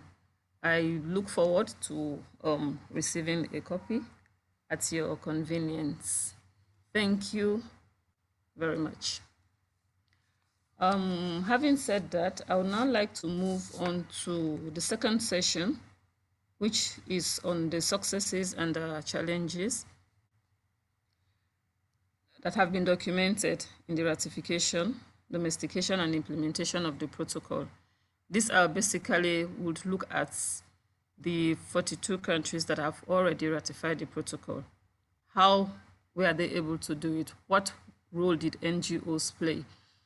During the role that each partner played, what challenges did they experience, and how were they able to maneuver to mitigate those challenges that enabled the states to ratify the protocol?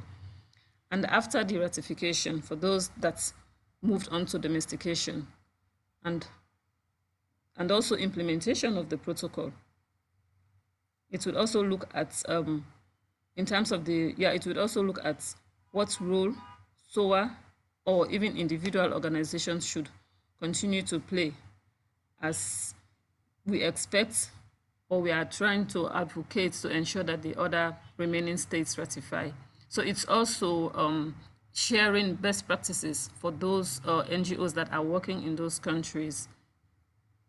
So having said that, I would like to invite Madam Maiga, Jingare Maiga, who works with the Women and Human Rights in Mali as its executive director based in Mali, to make a presentation on the successes and challenges that had been documented and what mitigation strategies were also used by some of these NGOs to ensure that we have 42 ratifications as at today.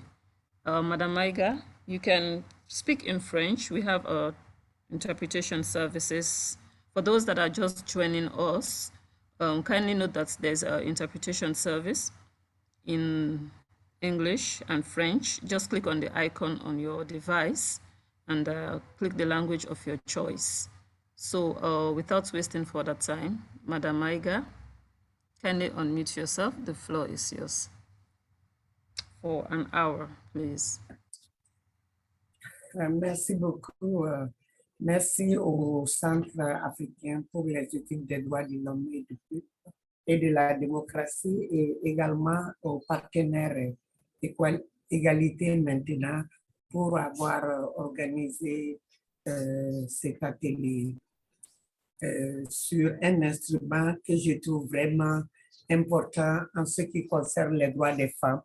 Mais comes women's rights and explicitly the women's right in Africa. I'm going to speak about the success stories, the challenges in the ratification and domestication of this instrument. I am Dingare Maiga from Edouazume, which is also Secretariat for the Women's Activists in Mali, and you will understand why I'm here today.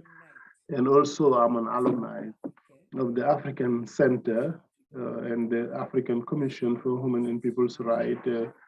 And when it comes to women's rights, for the protection and promotion of women's rights in Africa since 2003. It is a pleasure for me to be with you here to present on a very key instrument which is the Bible or the Holy Script of the women's right in Africa. When it comes to the protocol, what can we say about this protocol? It follows the protocol from the heads of states of African Union in Maputo. That is the reason why the protocol is called Maputo Protocol. It was called for solidarity for women's rights, and it was created in 2004. This coalition was created in 2004 in order to smoothen the ratification, domestication, and implementation of the protocol.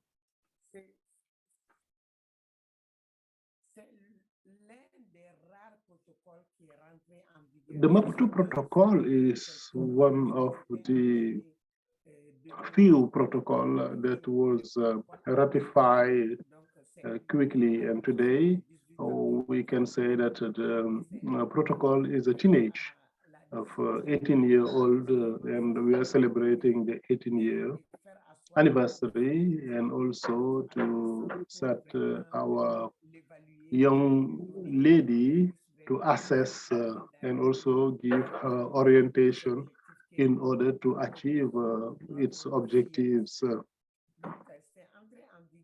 It was effective in November 2005. I think 2 years and 3 months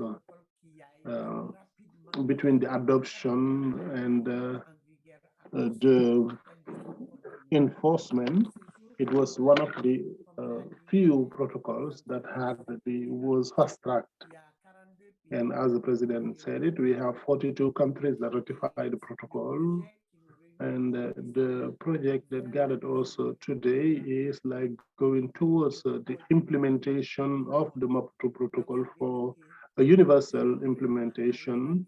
And we were looking for a universal ratification. We have 42, and we have to make sure the remaining countries ratified, like the Universal Human Rights Declaration.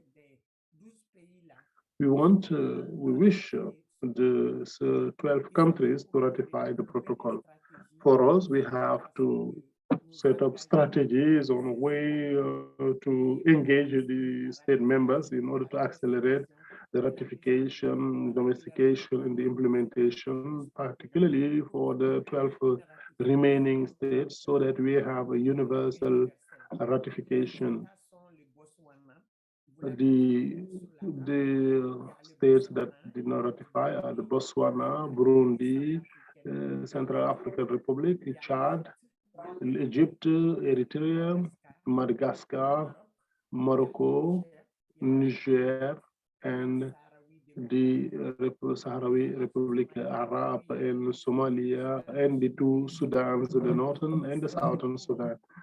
For us, it is our duty to boost our advocacy and make sure that these member states ratify the Maputo Protocol so that we can achieve the universal ratification.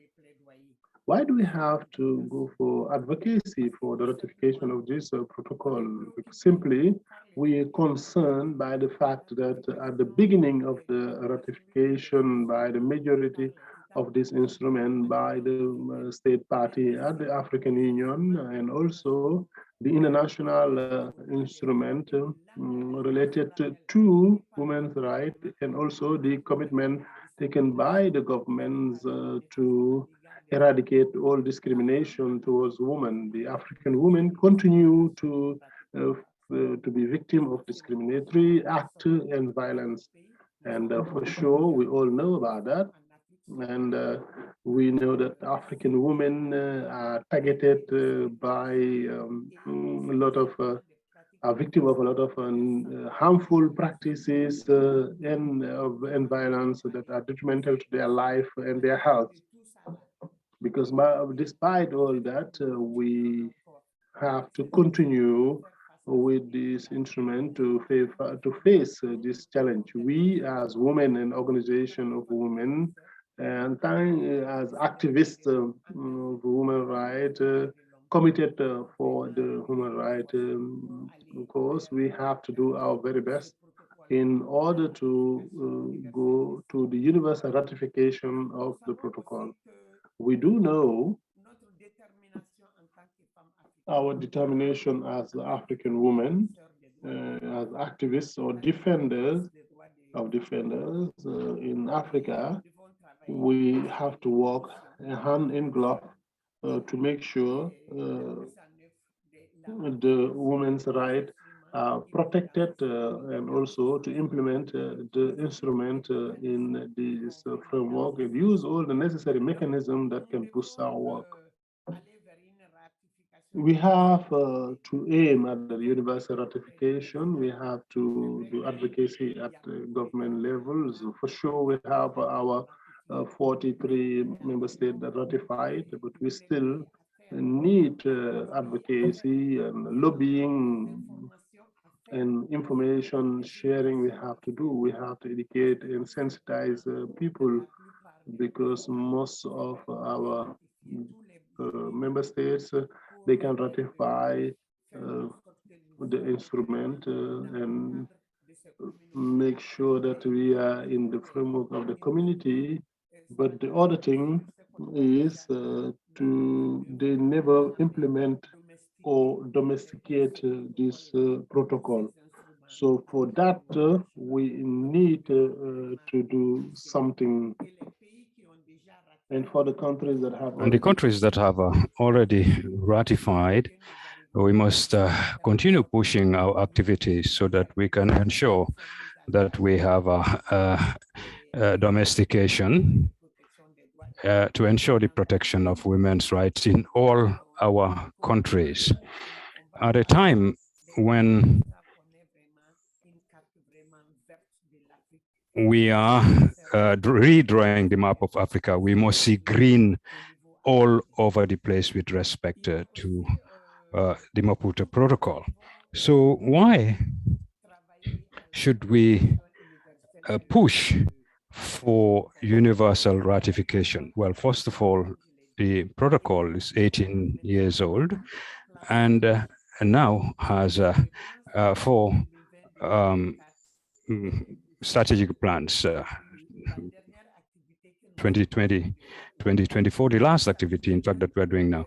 Now, it means that in the next action plans, we must be present. We must make sure that the countries that have ratified and those that have not yet ratified, that we make sure that the African Commission on Human and People's Rights, but also the AU can analyze the status of implementation of this protocol and evaluate the situation. Now, we also know that we have a lot of challenges. We have armed conflicts in some countries, which worsen violence against women, even in times of peace. So that's one of the major challenges for our continent currently, armed conflicts and militarization. We also have terrorism in many of our African countries currently, and you have the resurgence of fundamentalism, religious, traditional, or cultural fundamentalism. And we all know that most of the problems we are encountering in our countries is not with respect to laws. We have very beautiful laws. We have all ratified almost all binding legal instruments. We are good at ratifying them. But what happens is that because of the interpretation of tradition, culture, religions, women in these same countries are discriminated against and abused, and they encounter a lot of difficulties, and because the principle of non-discrimination and fight against gender-based violence is not maintained and enforced. Now, among the challenges, we also have the fact that the coalition has worked very hard because we have 43 countries, I think, which have ratified the protocol. Now, as I said earlier, we need to target the countries that have not yet ratified, and target also countries that have ratified but which have not yet domesticated in their countries, or maybe have domesticated, but in practice have not given full effect to the rights of women who are still discriminated against. I'm sorry. And discrimination, and they suffer from harmful practices. There's also the fact that among the challenges, you have ratification, as I have mentioned, but also lack of domestication. Another challenge is the lack of financing for women's rights. We encounter a lot of difficulties to ensure that women's rights become a reality in our countries. We have beautiful instruments and laws, but in practice, it is very different. Now, why is this charter the best for promoting and protecting women and girls' rights in Africa?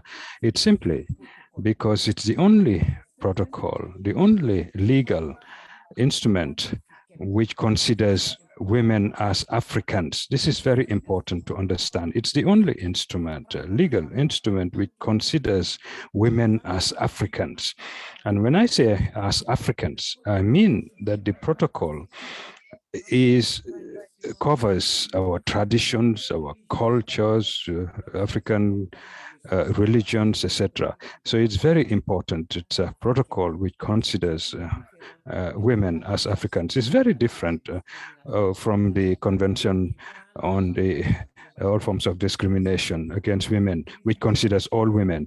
But here, women as Africans.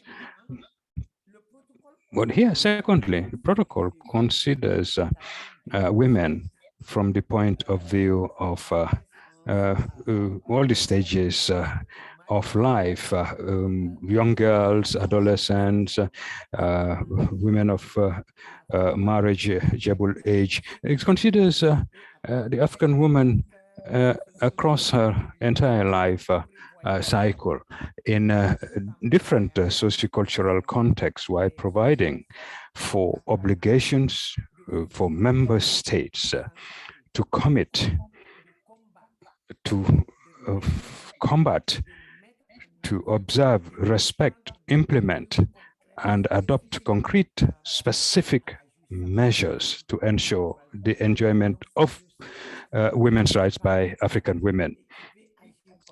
So now, this is our tool that must be used by us as African women, and consider that it is an instrument that reflects our Africanity.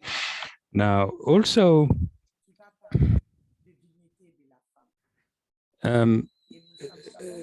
it's an instrument which emphasizes women's dignity. I mean, this is very important for Africans. Dignity is very important.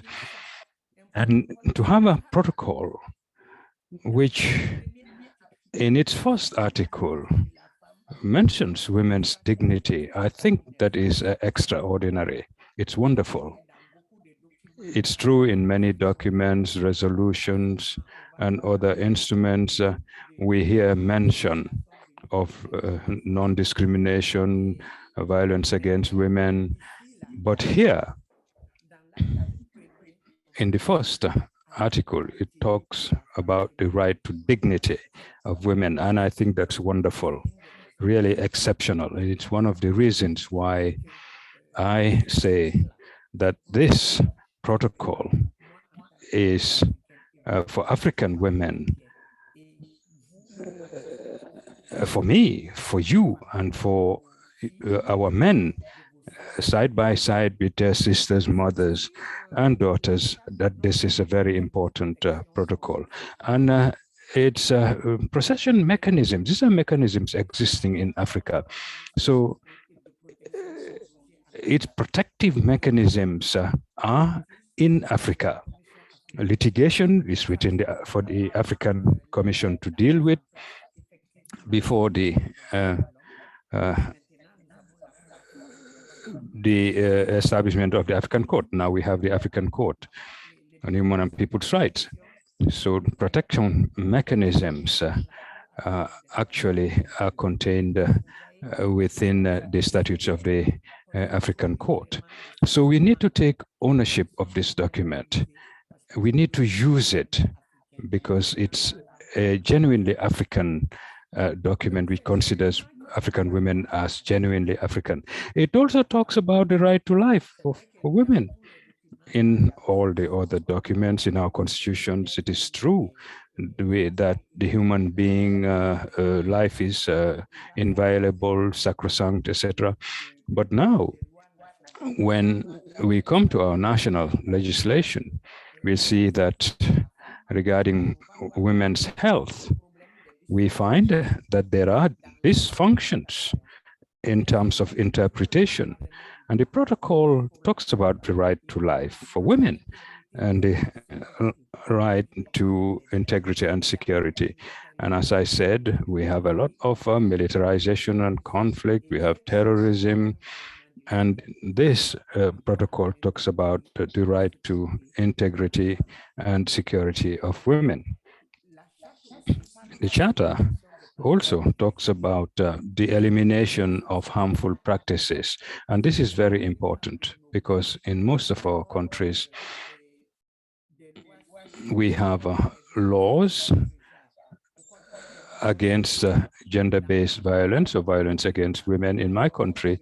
We don't yet have any gender-based violence laws. And even if we did have such a law, it would be difficult for us to eliminate harmful practices. So it's the protocol. This is our charter. We talked about the elimination of harmful practices against women. And this protocol also talks about women in the context of marriage and all related concepts.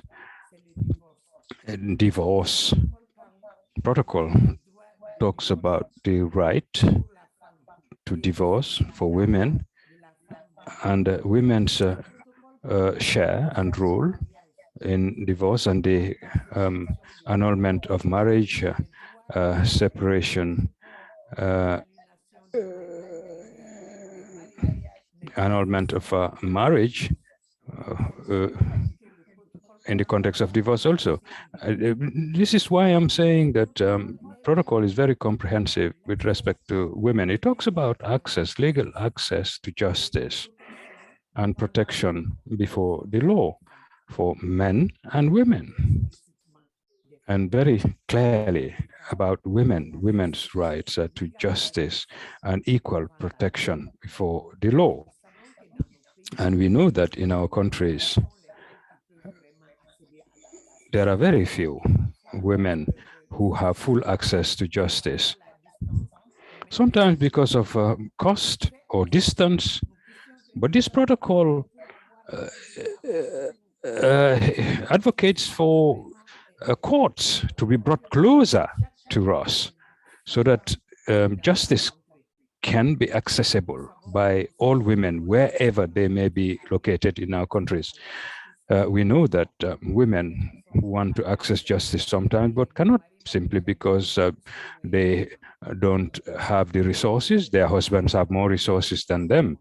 And it's difficult for them to litigate against their husbands who have more resources. So if there is a protocol that guarantees and supports access to justice for women and equal protection before the law, this is the protocol. And we, as women, African women, women human rights defenders, must take full ownership of this protocol. There's also the right to participation to political process and decision making. We know that in many countries we have quotas, gender promotion laws, and women in elected positions. But also we have issues with interpreting these laws, and women cannot always access such political post, simply because the interpretation of the laws, there are issues. But this is a legal instrument. It's a binding instrument, which, yes, it has binding force. This means that the state is expected to report on what it has done to give effect to the provisions of this protocol. That is why we need to talk our states, and especially with respect to the status of ratification and implementation, and the also legal processes in our countries. It's also a protocol which talks about the right to peace. In many of our countries, we have conflicts and increasing insecurity. And in this protocol, it talks about right to peace for women. We have the right to peace. It's also a charter which talks about protection of women in armed conflict. This is relevant to Resolution 1325 of the UN and related resolutions which advocate for equal participation in peace and our protection in armed conflict. It's also a protocol which talks about economic issues and social protection. More than 80% of women in Africa have problems in this regard. Why? Sometimes we see a lot of women survivors of violence, and when you ask the question what they want to do, what their decision is, they simply say, where can I go? How am I going to feed my children? How can I ensure my sustenance? So we have economic rights issues for women, and so that they can protect themselves also against violence, protect their children, protect themselves, protect against discrimination, and protect themselves and others against harmful practices. You have the right to health, and this charter talks about also reproductive rights and women's control over their bodies, access to safe abortion. That's very important. It's so important indeed that as a regional coordinator of medicalized abortion, I have understood that when women seek abortion, and whether the law gives them the right or not, whether society gives them the right or not, whether religion allows it or not, and religious beliefs allow or not, when a woman decides to have abortion, and she risks her life. And this is one of the very rare instruments that talks about safe abortion for women in Africa. And it is very important for us to take ownership of this instrument. Then the right to food security. And as I said, among the challenges, you have conflicts, militarization, and insecurity, and a long list. And one of the concerns leading to refugee camps, forced displacement, and food security. And this is one of the protocols, that few protocols that talks about the right to food security, and also decent housing that most women do not have in their countries, which is why we need to make sure that we take full ownership of this protocol, and also a safe environment, right to safe environment. So I was talking about this protocol as a women's protocol. It talks about rights, and many different rights. It talks all about the challenges as well for the continent, and challenges for women. And one of the challenges among everything that I have said is the fact that we ourselves as women or women's organization, women human rights defenders, we have problems and we cannot organize ourselves. We have difficulties organizing ourselves and putting in place a safe environment which will allow us to share, exchange, and work together so that we can speak with the same voice. That is one of the challenges that we have. Another one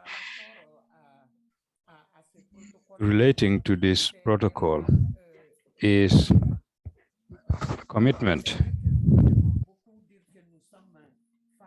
We like to say that we are women human rights defenders and activists, but in most cases we have problems. We encounter problems with economic militarization, or rather economic activism. And here we are talking about women's rights, ratification, and we want to bring pressure to our to bear on our states. But we need the resources. Economic activism is very important because it's very important in terms of achieving our objectives as women for the benefit of young girls and all women in general.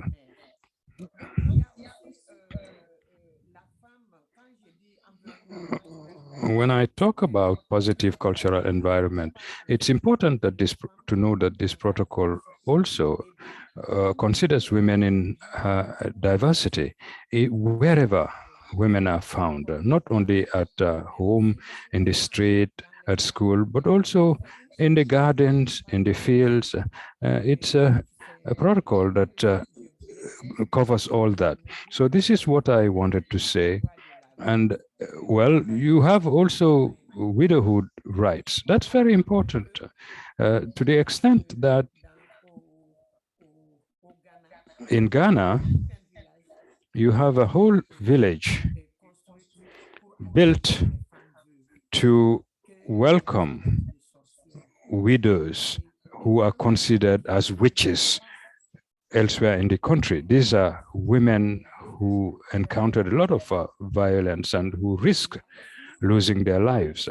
And also in some of our cultures, practices that widows are subjected to. So this protocol also talks about protecting these women against such practices that violate women's dignity. It also talks about inheritance rights of women, which is, of course, we know is very inequitable in our national laws. And this protocol, if followed, will bring about reforms of our laws with respect to inheritance. The protocol also talks about special protection for older women. And when I say the women's life cycle is covered, you see what I mean? A special protection here for older women. It's very important to know. And the protocol also talks about special protection of women in distress. A situation that a lot don't know about. Many countries ignore that situation. A very difficult situation. And made all the more difficult because economic, social, and cultural laws rights are often not enjoyed by the women. But here, this protocol mentions women in a situation of distress because of maybe denial of properties, health issues. And the protocol also talks about reparation. Reparation in cases where one of these rights is violated. So it's these provisions are not always well known by women human rights defenders and activists and women's organizations. So that's why I'm saying that this should be our Bible, the Bible of African women.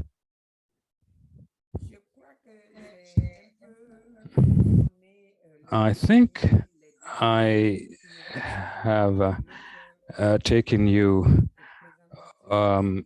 through the broad outlines, and some of what I have said has been covered by the previous speaker, especially with respect to the 12 remaining countries that are expected to ratify. The protocol came into force very quickly, 2.5 years, I think, only after. It's one of the very few protocols that has entered into force so rapidly. It's true that there are reservations expressed by some countries. We need to address that. And one of the reservations is that countries, ratify and they sign, but they have expressed reservations. And these reservations, most of the time, are due due to interpretation of our religion, tradition, cultures. So it's very important in these countries that we ensure that we engage in advocacy so that these countries can lift those reservations so that we can have African women who enjoy their dignity and are respected on our dear continent. And once again, it's a protocol that the African Union is providing us as African women.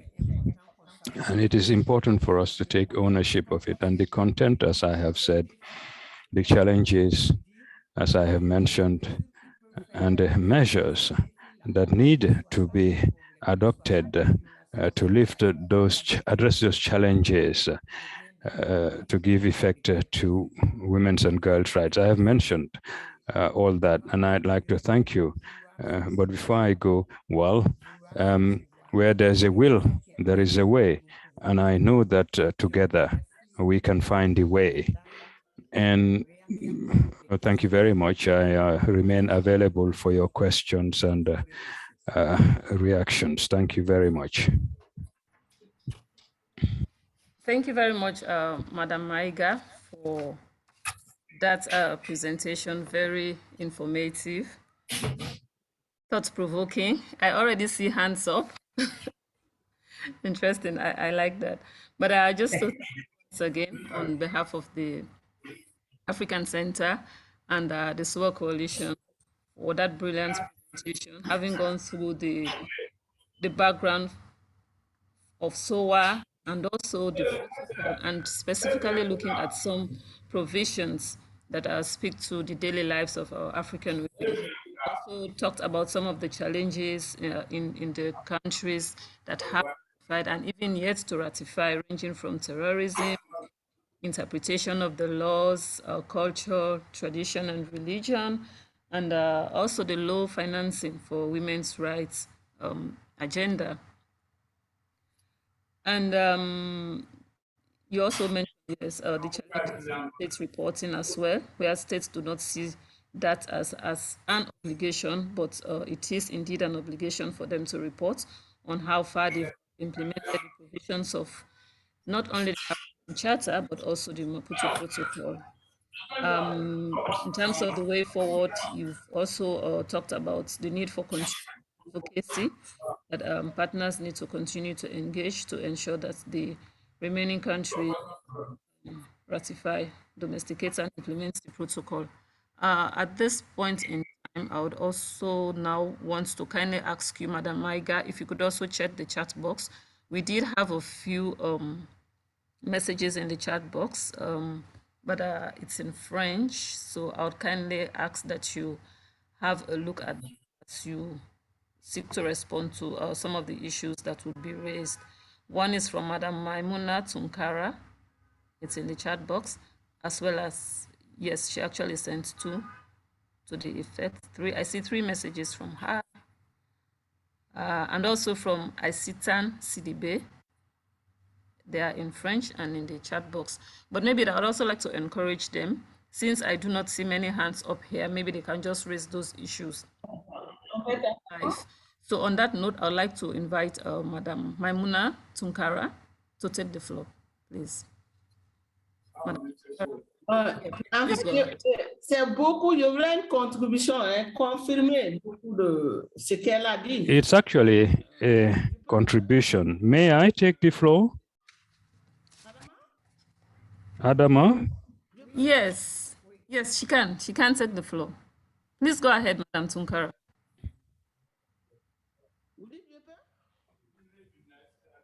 Oui. Madam Tunkara. Ok, merci beaucoup. C'est ce que je disais. J'ai confirmé tout ce qu'elle a dit. Yes, I confirmed everything that she said. The main challenges in particular. As he said, this instrument is our Bible, especially for us in these countries, Mali, etc., and surrounding countries. It's very often a misinterpretation of our religion, Muslim religion. And that is really the problem. And it wasn't the situation. You have conflicts, armed conflicts in Mali. You have so many types of conflicts,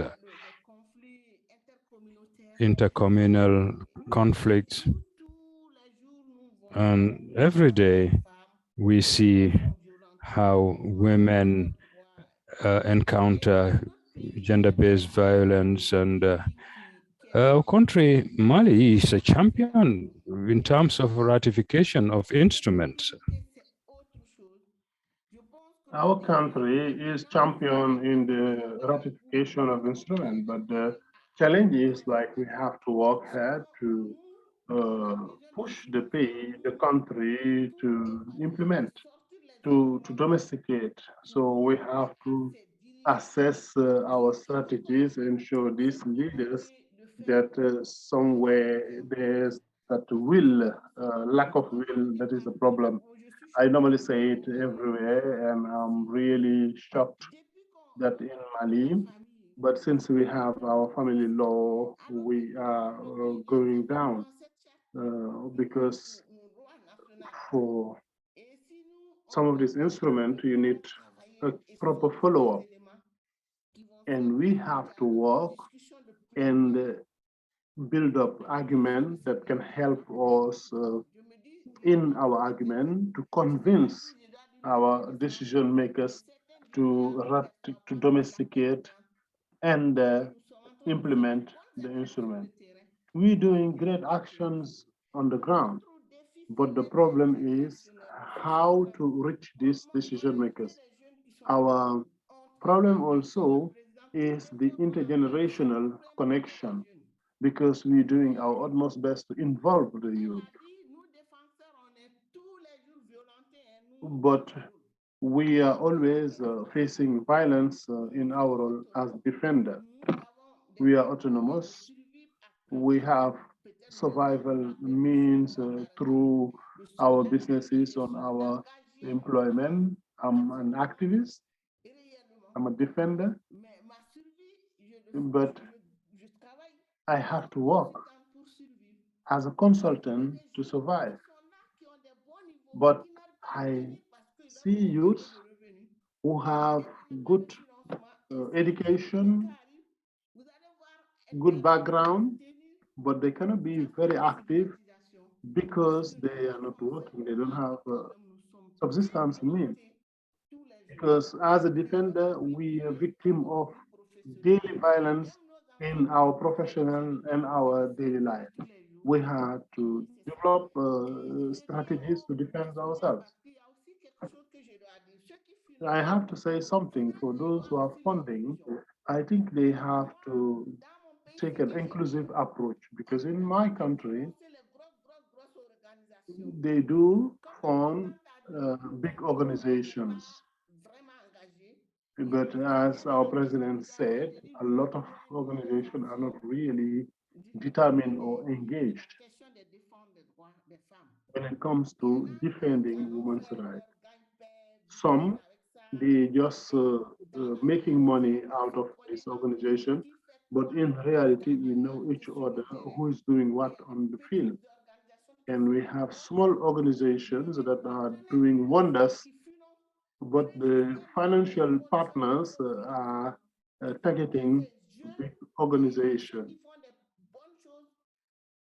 And that approach will not help the small organizations that are doing wonders to be able to access to the funds and do well. But sometimes those who respond to the funding partners, the requirement are not able to implement things in the field. So maybe by rectifying so, we will be able to boost the organizations that are doing well compared to the organizations that are just on paper and are more on the rhetorics. Thank you. Thank you very much, Madam Tunkara. The issues have been noted, and Madam Maiga will respond later on accordingly. I would also just like to draw everyone's attention to the chat box wherein Mr. Abderrahman Gassim has informed us that in Sudan, the Transitional Council of Ministers signed the Maputo Protocol. However, I'll just continue to read that for the benefit of the French participants. In Sudan, the Transitional Council of Ministers signed the Maputo Protocol, but the Sovereignty Council has not yet expressed its opinion because the situation in Sudan is very complicated. And the institutions of government during the transitional period were not completed. So far, there is no legislative council and no constitutional court as a result of conflict between the army and civilians. We can say that the Minister of Justice was able to prepare many draft laws in which he was able to amend some legal provisions that violate women's rights, for example. And he goes, it's a long text. We look forward to the concerned organizations to continue to help Sudan to harmonize all laws that violate women's rights, so that violates women's rights. Maybe at this point in time, I would like to invite Mr. Gassim to also just talk briefly to this issue raised in the chat, and also to specifically see what issues he would like to raise, and also what organizations he would wish to possibly partner with, or what actions could be taken to ensure that the instrument of ratification is deposited. Because as he said, it has already signed, but I mean, we do not have information, at least speaking from my own point of view, but maybe he being in Sudan and knowing how things are, he could give us just a little bit more information or updates in terms of that. Just 1 minute, Mr. Gassim, if you could kindly want to take the floor, please. If you are there and if you can hear me.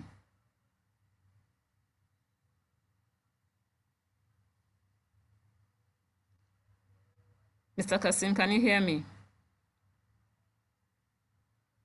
Otherwise, we'll move in the interest of time to just note that that information that Sudan has signed. However, there are some issues that we need to look out for and see how to continue engaging to ensure that the instrument is deposited with the AU, so that Sudan will be included in the list of states that have ratified the protocol. I do not see any more hands up. Anyone else would like to take the floor? Questions, comments, contributions, proposals on the way forward?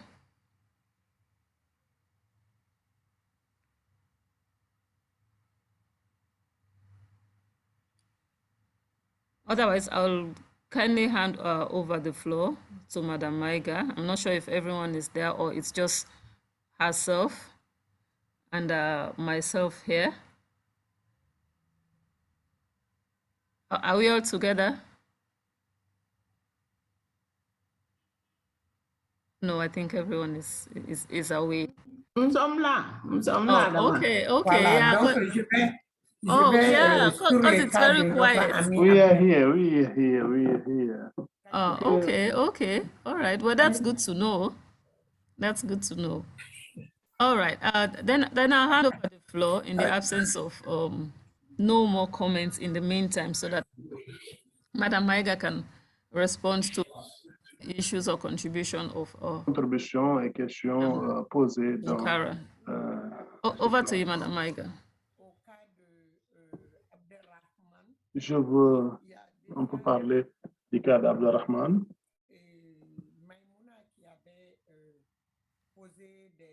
Maïmouna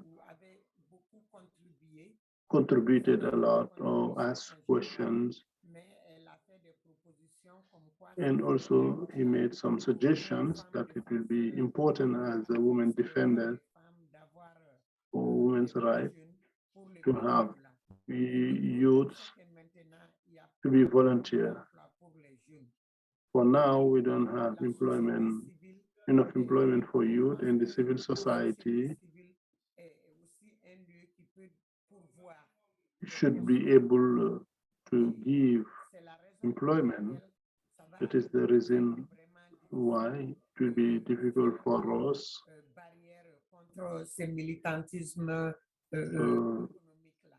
to work with the financial activists,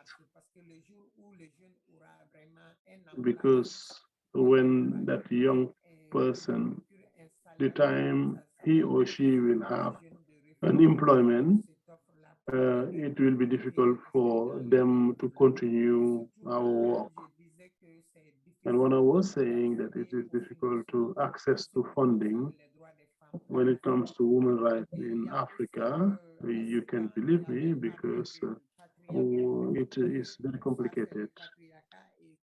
We had this patriarchal system, and if you don't fight against inequality between men and women in our communities, countries, or between women and femmes, we will not be able to end any discrimination and violence, and to make sure the woman's dignity is respected. I would say that it's one of the protocol, as I said earlier on, that take into account all the women's rights in all aspects, whether at the home, in the street, in the marriage, whether young or old, widow or widower. And it's in this protocol that we succeeded to harmonize on the domestication, but if we succeed to implement it, it will be great. And to go have a culture of women's right, and have the spirit of the protocol in our daily life. So it's at that time that there will no longer be a patriarchal system, but also there will be a thorough fight against inequalities, because the articles in the protocol is based on the daily life of the African woman, taking account of all ages. So it is very important to make sure to translate them into reality, not only the domestication, but also to implement them in our daily life. So women do use the protocol, and it was used to convince our country to review or to examine the age of marriage for the young girl and also for the young boy. And the protocol also is used to use it to sue Mali state on gender female mutilation. And if we can domesticate or have the ownership of this protocol to make sure they are in the laws and our daily practice, we will be able to achieve solid justice that will respect women as well as men's rights. In Africa, I think the African Court also is the protection mechanism that supported and helped a lot of women. I know it because I participated a lot in their hearing, and they help a lot of women access to justice after finishing all the procedures in Mali for the courts, magistrate courts, appeal court, and Supreme Court. So they end up at the African court that decided on their favor. So it is very important also to know how to use this mechanism in our favor. We have our friend Abdurrahman, who spoke about the case of Sudan, and the transition government signed the protocol, and they are waiting for the sovereign council that did not pronounce on this matter. In the processes of in the process of ratification, we need the signing, the adoption, and also to submit the ratification document. For me, we can say that it's a tool that we can use to target Sudan, so that Sudan will be the next state that will ratify it. Because if the transition council sign it, we can use that opportunity and make sure it is translated into reality, and make sure Sudan is the next country to ratify the protocol. So that means we will have the number -1.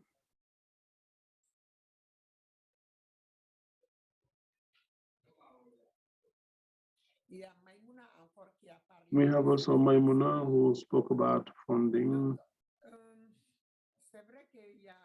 Of course, sometimes we face challenges in our organizations, because with the arrival of the democratic process and the right to associations and opinion and the freedom of assembly, we had a lot of organization from the civil society organization and that are set up, but the difficulties we have, we cannot have funding from our government, and they may think that you, as a defender of women's rights, you are an enemy of the country.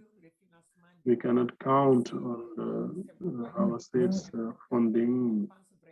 It is important to analyze and assess this economic or financial activism, because if you cannot have funding from your country, you have already an enemy. So it is important that your commitment should be very strong in order to persevere, because with or without the funding, you should be able to carry out your activities and try to be more visible when it comes to defending and promoting the rights of women in Mali. It is important for us as a defender for women's rights to have activities with intergenerational. That's what we are doing in our association, in our organization. We do a lot of coaching for girls, and we do normally have the young girls working with the elderly ones. But when it comes to funding, I still say that we cannot send a girl to go to Hannah Foster or to Memory Kachamba, which is important to have access to funding, and we will be able to mobilize substantial funds in order to fund the activities around women's rights and do the promotion of women's rights in our respective countries. And we do have also to build reports, because as a civil society organization, we should be sending alternative reports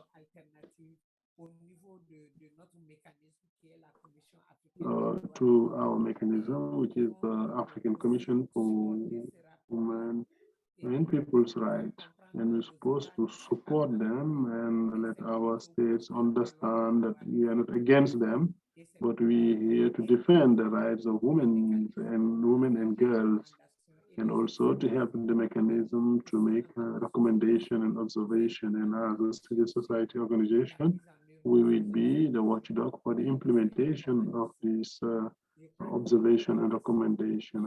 I think I have finished the questions.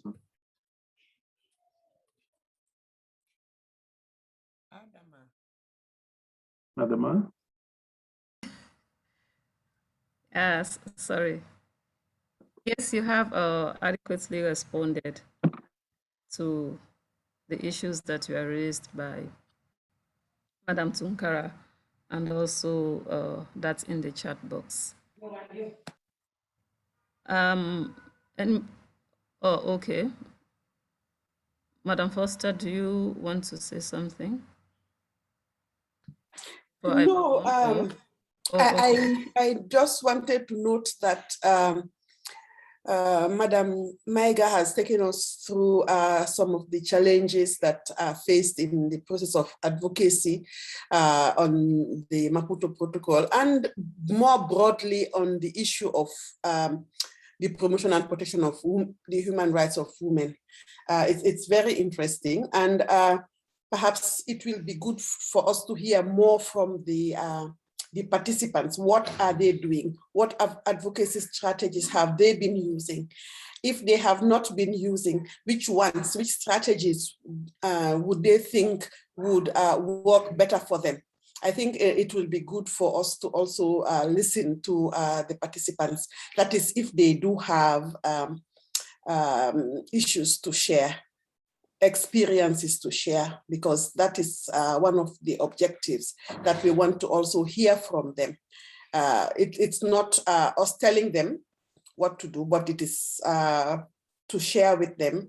The facilitators are supposed to be helping them to situate themselves in this advocacy for the ratification, domestication, and implementation of the Maputo Protocol. And in so doing, are able to work towards gender equality. As we all know that the Maputo Protocol is a very powerful tool for ensuring equality, justice, and ensuring inclusiveness. So I think these are things that perhaps participants do have ideas and could share with their colleagues. Thank you. Thank you very much, Madam Foster. Yeah, that is very important. As had already been stated earlier, that it's a learning and sharing opportunity here for those participants whose countries have ratified. You definitely have strategies and ideas, best practices to share, so that as we target those countries, we are able to see which of those strategies could be used. I mean, definitely we know that the terrain is different, the issues are different, but there are, of course, common strategies that has worked for one country and might work for another country. So it's definitely important that we are able to get different strategies and initiatives from participants. But maybe in the meantime, we are doing well with time. I must commend each one of you. Before I release Madam Maiga, we have our next presenter online, Rainatu So. At this point, I would also like to welcome other participants that have been able to join us in the presence of Mufom Enodem here from Nigeria, from Hiridak, and also Bunmi Dipo Salami, also from Nigeria, a SUA steering committee member, as well as Evelyn, who joined us also from Kenya, from the Pan-Africa Lawyers Union. We also had Fatima Mesgood from Morocco, the National Human Rights Commission of Morocco. Thank you all for joining us. I also see John joining us online. So maybe these participants that joined us like in the last 10-15 minutes, just an opportunity to introduce yourself. Just 30 seconds where you are joining us from and which organization you work with. Then after that, we'll have at most 5 minutes break so that you could grab a cup of tea or a glass of water. You could walk around a little bit before we move on to the last presentation, which would generally speak to issues on the way forward. What do we do as a coalition, as individual organizations, working with different partners at different levels in terms of ensuring that we achieve ratification, domestication, and implementation of the protocol. So on that note, if any of the participants that joined us in the last 10-15 minutes, you just want to introduce yourself briefly, your name, your organization, and the country, then I will move on to take a 5 minutes break before I hand over to Rainer Tussell, who will take us to the next session. Thank you very much. So on that note, I'd like to ask Fatima. Fatima, are you there? Can you hear me?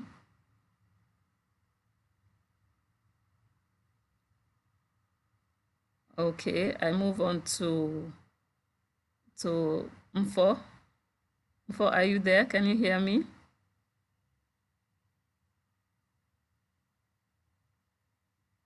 Okay, no response. I move on to John. John Scarius. Where are you joining us from, John?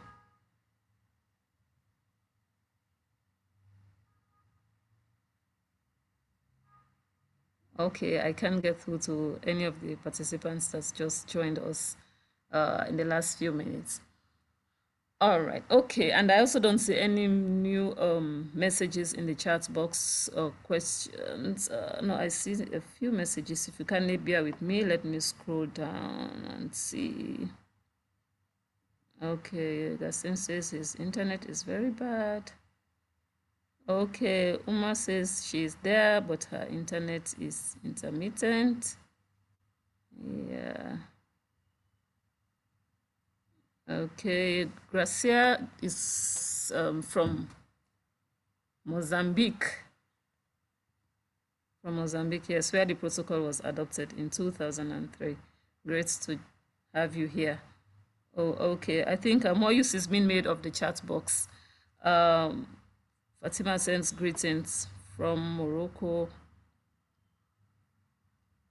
And she's having audio issues, and she works with the National Human Rights Council of Morocco.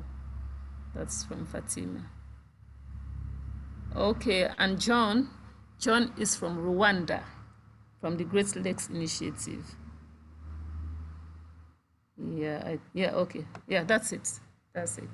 So it's almost midday from Banjul here.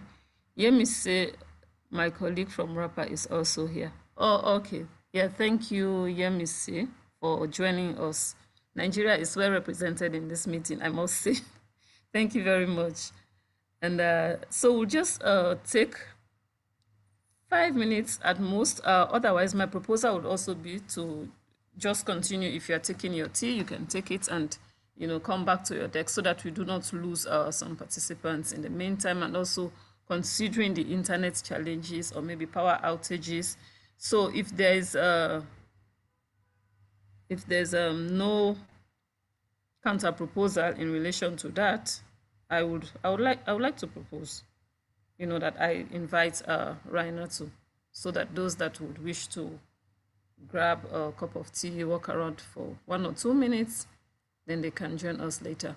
So, but before that, let me just invite Madam Maiga one more time for her final words, as she says goodbye. In just 2 minutes, please, Madam Maiga, you have the floor for the final words.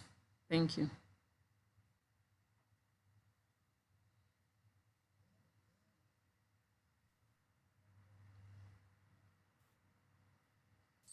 Merci beaucoup, Adama. Merci au Centre et à Égalité maintenant. Thank you, Adama. Thank you, the Center and Equality Now. And especially for the relevance of this workshop's theme for women, activists, NGOs, civil society, all working for women's rights and democracy in Africa. So I think Adama posed a few questions about the way forward. Well, at a time when we ask how to become part of this coalition, it's important to pool our efforts so that we can ensure universal ratification of the protocol, but also to ensure that we have national laws that reflect the content of this protocol for us Africans. But also important is a discussion of the way forward. Some people heard about the protocol, but are not familiar with the content. I think now those people, I think, are better familiar with what we need to do to ensure that our countries ratify the protocol. And I think you know when you go back home what you need to do as individuals, civil society, or leaders, what you need to do. So it is very important to ensure that we have answers to those and many other questions. So I thank you all for participating so actively in the context of internet connection difficulties in particular. And this is very timely effort. It's very relevant. If you remember, we had 7 organizations at the last time. Now today we have something like 17 organizations coming together. If we can have more people to ensure larger number of ratifications, I think the civil society would have succeeded in a bid to ensure greater promotion and protection of women's rights. I have spoken a lot, maybe too much. Allow me to thank you, to thank African women for everything that they have been doing and are doing for human rights, for women's rights and democracy, and the African Coalition. I thank you very much for your beautiful initiative. And I think together we can succeed. Join the coalition to make sure that we ensure universal ratification, and those who ratify with reservations lift those reservations so that we don't have any more reservations to the provisions of this protocol. Thank you, Adama. Thank you very much, Madam Maiga. Very encouraging final words there.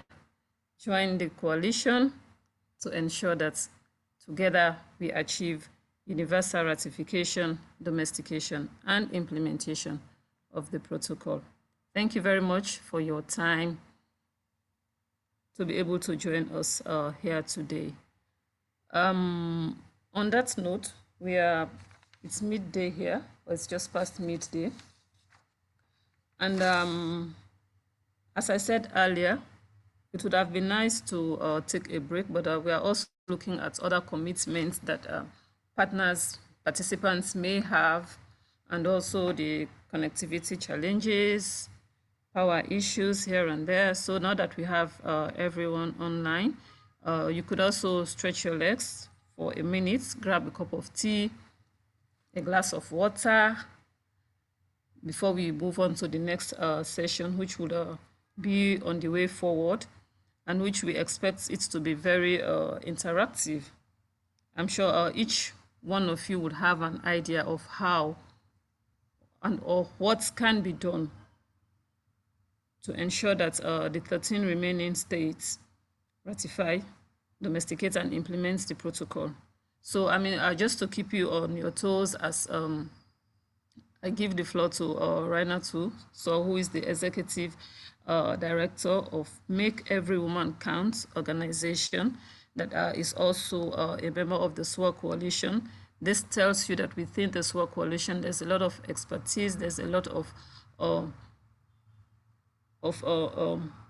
expertise, experienced African women leaders, a lot of initiatives that can be used within the coalition. And that's what we are doing. So for members, for participants that are not members of the coalition, you may want to, at some point, think of joining this coalition. And also, just a few weeks ago, Renato also led the initiative of launching the report on the African Women's Decade, which ran from 2010 to 2020.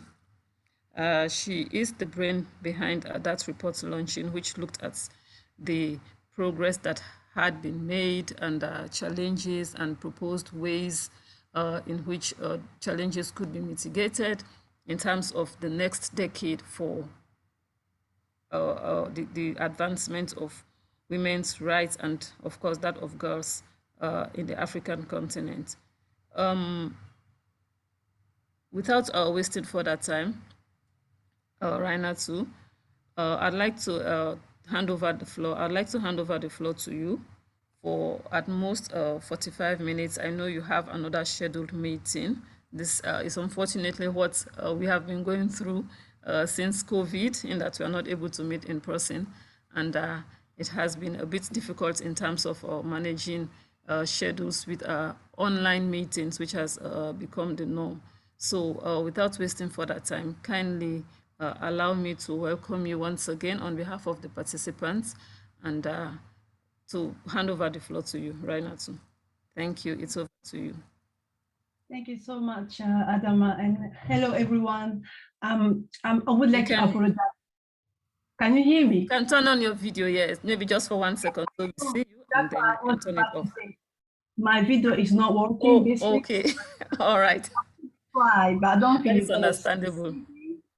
I don't know what's going on. It just turned blank. It just happened, 10 minutes ago. So hopefully things go back to normal. I will make sure that I put the video on so you could see me. But in the meantime, it just went blank. Okay. So I put that's understandable. Yes, I'm really sorry. So also about speak in French, and there's interpretation. So it's over to you. Thank you. Sorry, Adama? No, I was saying that you please feel free to speak in French and English. There's interpretation for the interpreters, for the participants. Yes. Okay, so I prefer in English. So I'm going to go in English then. That's fine. Okay. All right. Yeah. So thank you so much. It's a great pleasure to be here, and thank you to the organizer, to Adama for following up over the last few weeks and months, and to everyone present at this meeting. I think this is a really important discussion that we need to have, but also to continue to have. And thank you to all the members of SOA Coalition who are here, and the wonderful work everyone is doing. And again, I'm really sorry for not putting the video on. It's due to some, I don't know, the video just decided they don't want to work. So hopefully you'll be able to see my face by end of my presentation. So I have prepared a small slide, like not even 10 slides, just to make it a bit more visual so you could see a bit what I'm talking about. But I think for me, the most important for me in this session is really the interaction we're going to have together, because this is not, I don't want to come and tell you this is what we should do, but rather I wanted that to be more interactive so we could exchange here. That's where, great, you get some great, recommendations, but also great mind when we are able to exchange and to have a more of an inclusive, discussion. So I'm just gonna share my screen quickly. So I was, can you see my screen? Yes, I can. Okay, you see the one advocacy, yeah, the right one. Yes, okay, I good. do. Because sometimes it's just always shared the wrong. So yeah, so I was asked to talk about advocacy and lobby action, you know, on the ratification of the Maputo Protocol.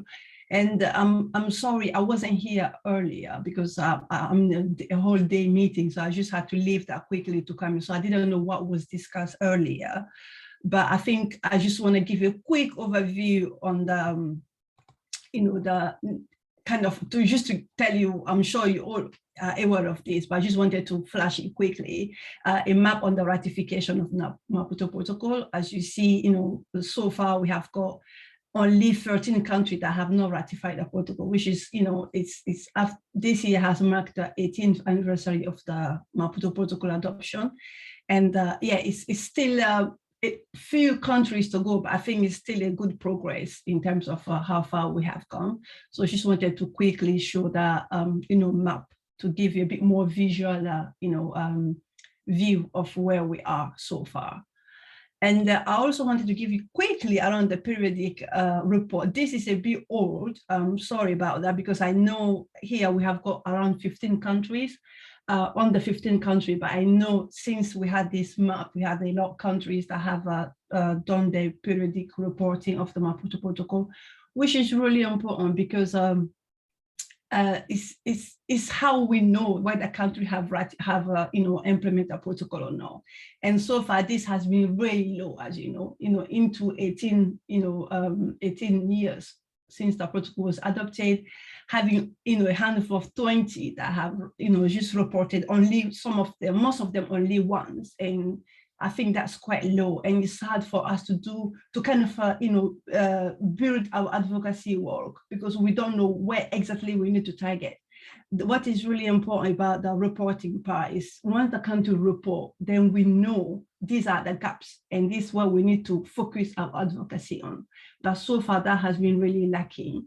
And the few countries that have also ratified, it's, you know, they haven't done the, you know, as it was required, like doing every 2 years, which has not been the case. I think less than 5 countries have done 2 reports so far. So yeah, there is a big gap here, and this would be a big part of my discussion, you know, in the next slide.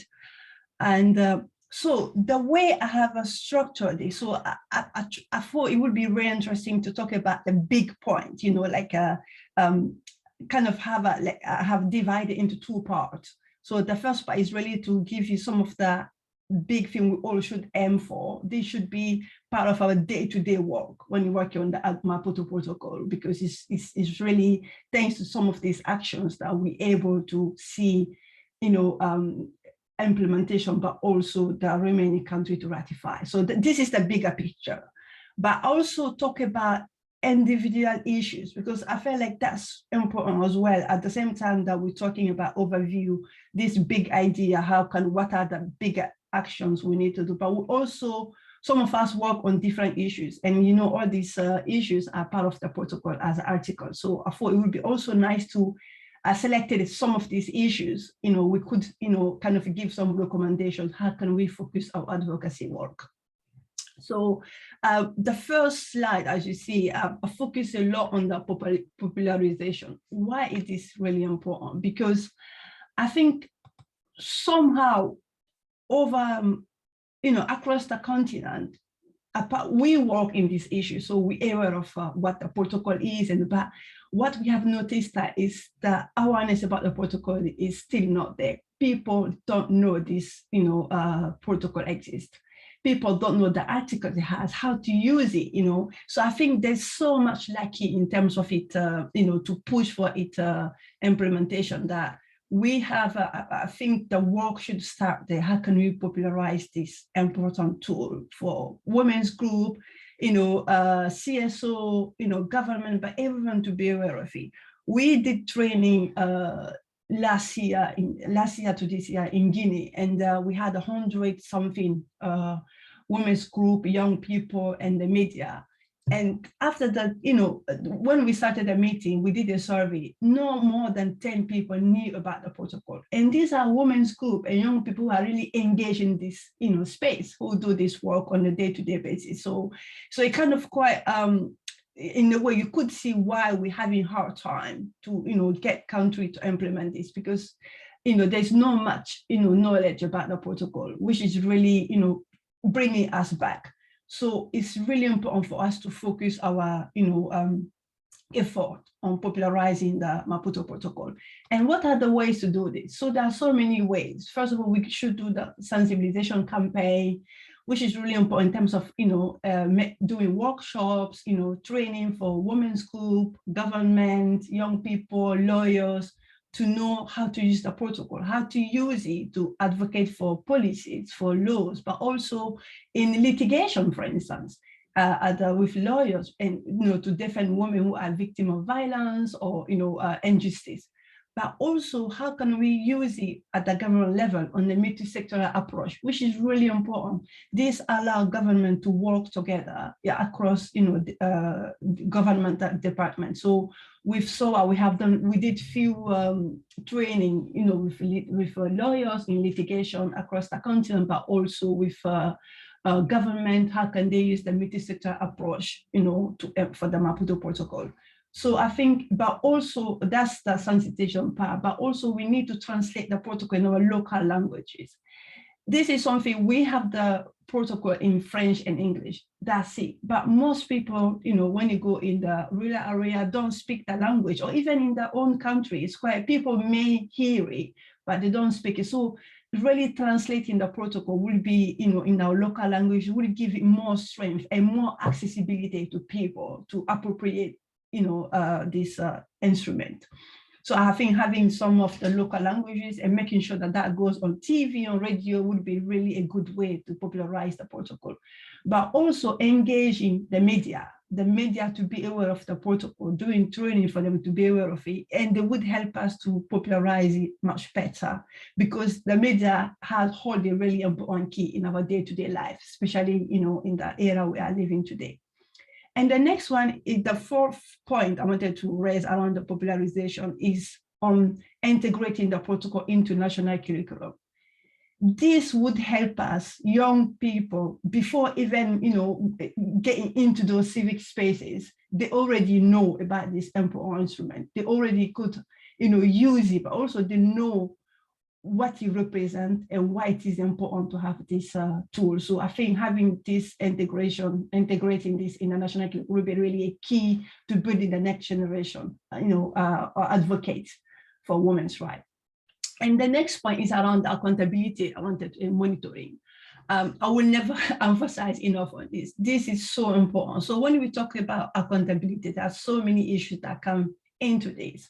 So around accountability, we talk about the state reporting. You know, this is a way for the state to show, when they do their state periodic report, to show us whether they have done a good job, whether they have done implementation, whether they have where are the gaps, the challenges, but also what are the progresses, you know, we could track and see. So it's a good accountability mechanism for us to see if government have, you know, done what they required to. But we also, across the country, some people have been developing scorecard, you know, and this is a way to, you know, tell the country are doing a fantastic job. Okay, you know, you have got red or yellow or green. And I know the AU has been doing that, and also know that SOA has done this in the past. And as just quick example, some of the countries, when countries see, for instance, if you come from the AU level, when they see that this year they got a red, you know, card, knowing that that's not really good for them. No country want to be seen, you know, in a negative way. So they would make their best next time to get a yellow or green card. So I think this is why, you know, having a score mechanism, accountability mechanism like a scorecard would be really important as well. But the next thing that for CSO that would be really, you know, would help us also to hold our government accountable is the shadow reporting. So normally around the Maputo Protocol, when states, you know, have their periodic report, CSO are, you know, called to also produce a shadow report of that report, which is a way to say, yes, we have looked at the report, those are the gaps, those are the recommendations, because as we all know, states quite like to make themselves look really good. But the serious of the work is to say, actually, no, you haven't done this, you have made this statement, we don't believe this is the proof. So the shadow reporting is really important also in terms of pushing, for more accountability mechanism. But none of this would happen without the capacity building. So it's important for women's group and CSO working on accountability mechanisms to have the capacity needed on how to, produce a shadow report, but also how to, do the submission and all that. So I think those are some of the steps that are really important for us to have in place in terms of, holding our government accountable to the promises they made on the, Maputo Protocol. And the next point is, for me, is around nurturing the younger people. I think I made, I talked about it a bit in my in the popularization, where we feel like it's good to integrate it in the national curriculum. This is really important because if we wanted this, work to continue, not once we retired, that there is the next generation that will take over. We got to make sure that young people are nurtured.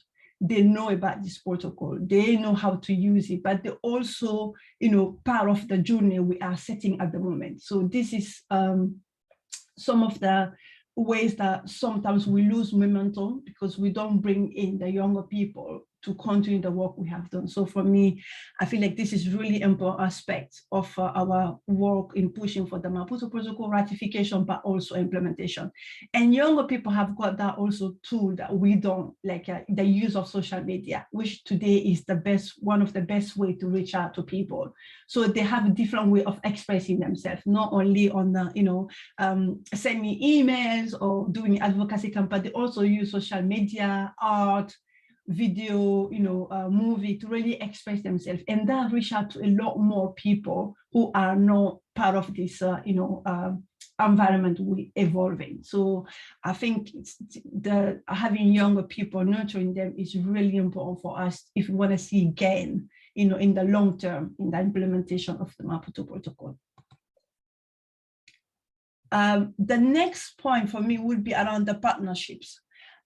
We are all here today because we have been brought together under one, organization network, which is SOA, and things we've been able to achieve, as part of that coalition. There's, you can't even quantify that, because for some of us at the individual level, at the organizational level, but also at the national level, things we've been able to achieve, we have been able to do together. I think this is really important. This is why partnerships, whether within, in the same country, outside your country, at the regional level, the continental level, international level, is really important, because we get to learn from what other people are doing, but we also get to share good practices. Good practice help us to know, today in Guinea, we're doing this with the government. How can we share that with someone in Gambia, in Kenya, to do the same thing? And this one is really important to have that partnerships, but to also have the space for us to connect.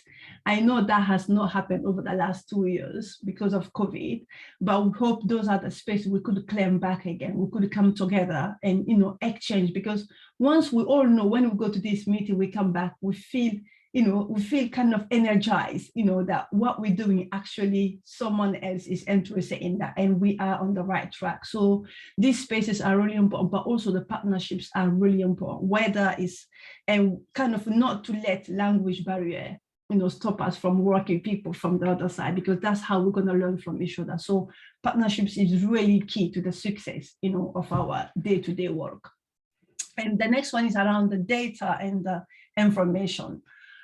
When we started Make Run Count a few years ago, 10 years, 11 years ago now, we specifically targeted data and information. And I know now data is such a big thing, everyone is talking about it. But for us, when we talk about data and information, it's about really how do we demystify that data? How can we make sure that everyday person could look at that information, that data, and use it at home, to hold their government accountable. A lot of the data available is quite academic, it's quite complicated, it's for like economists or statisticians to have a look. And we have to make sure that we demystify this data because we need it. Why data is important? Let's say we have an issue in Guinea on violence against women that, it's really high, but we have been pushing for government to, have a law on it, but it's not happening. The best way to attract the attention of the government, to push them to take, to do something about it, would be to show them the data, to say, over these millions of women or thousands of women are victims of violence on a day-to-day, and to decortic that, to kind of show them, this is the number, that kind of make them scared and worried to know, wow, this is really an issue we need to, take seriously. So this is why data is really important, because it helps us to, first of all, for evidence-based advocacy, but also help us for our government to know when we go to do advocacy, for the lobbying, to know that this is the number we have.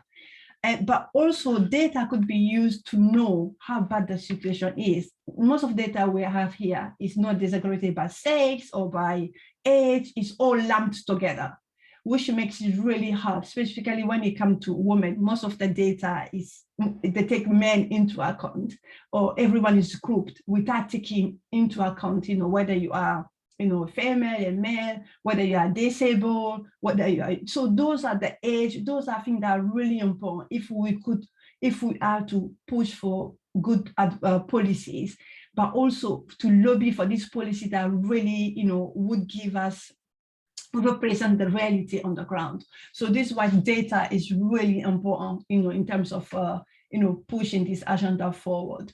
And information is, is the same, is as equally important, because we cannot ask someone to go claim a right if they don't know that right exists. And the same as for the protocol. If we want people to know, to, kind of push for the ratification of the protocol, for the implementation, they have to know the protocol exists. So this, and for them to know that they have to access that information, and that information has to be made in the sense that it's really easy accessible. So those are really important, phase for us in moving forward. But also in the data collection and information, I would like to also touch quickly on knowledge production, in terms of documentation, the work we're doing, gathering good practices.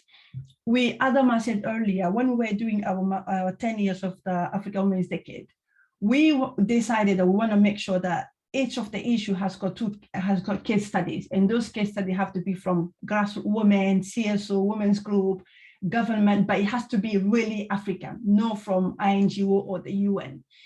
And we had so many issues finding these case studies. And, don't get me wrong, they exist. There's some wonderful work being done on the ground, but we don't document what we do.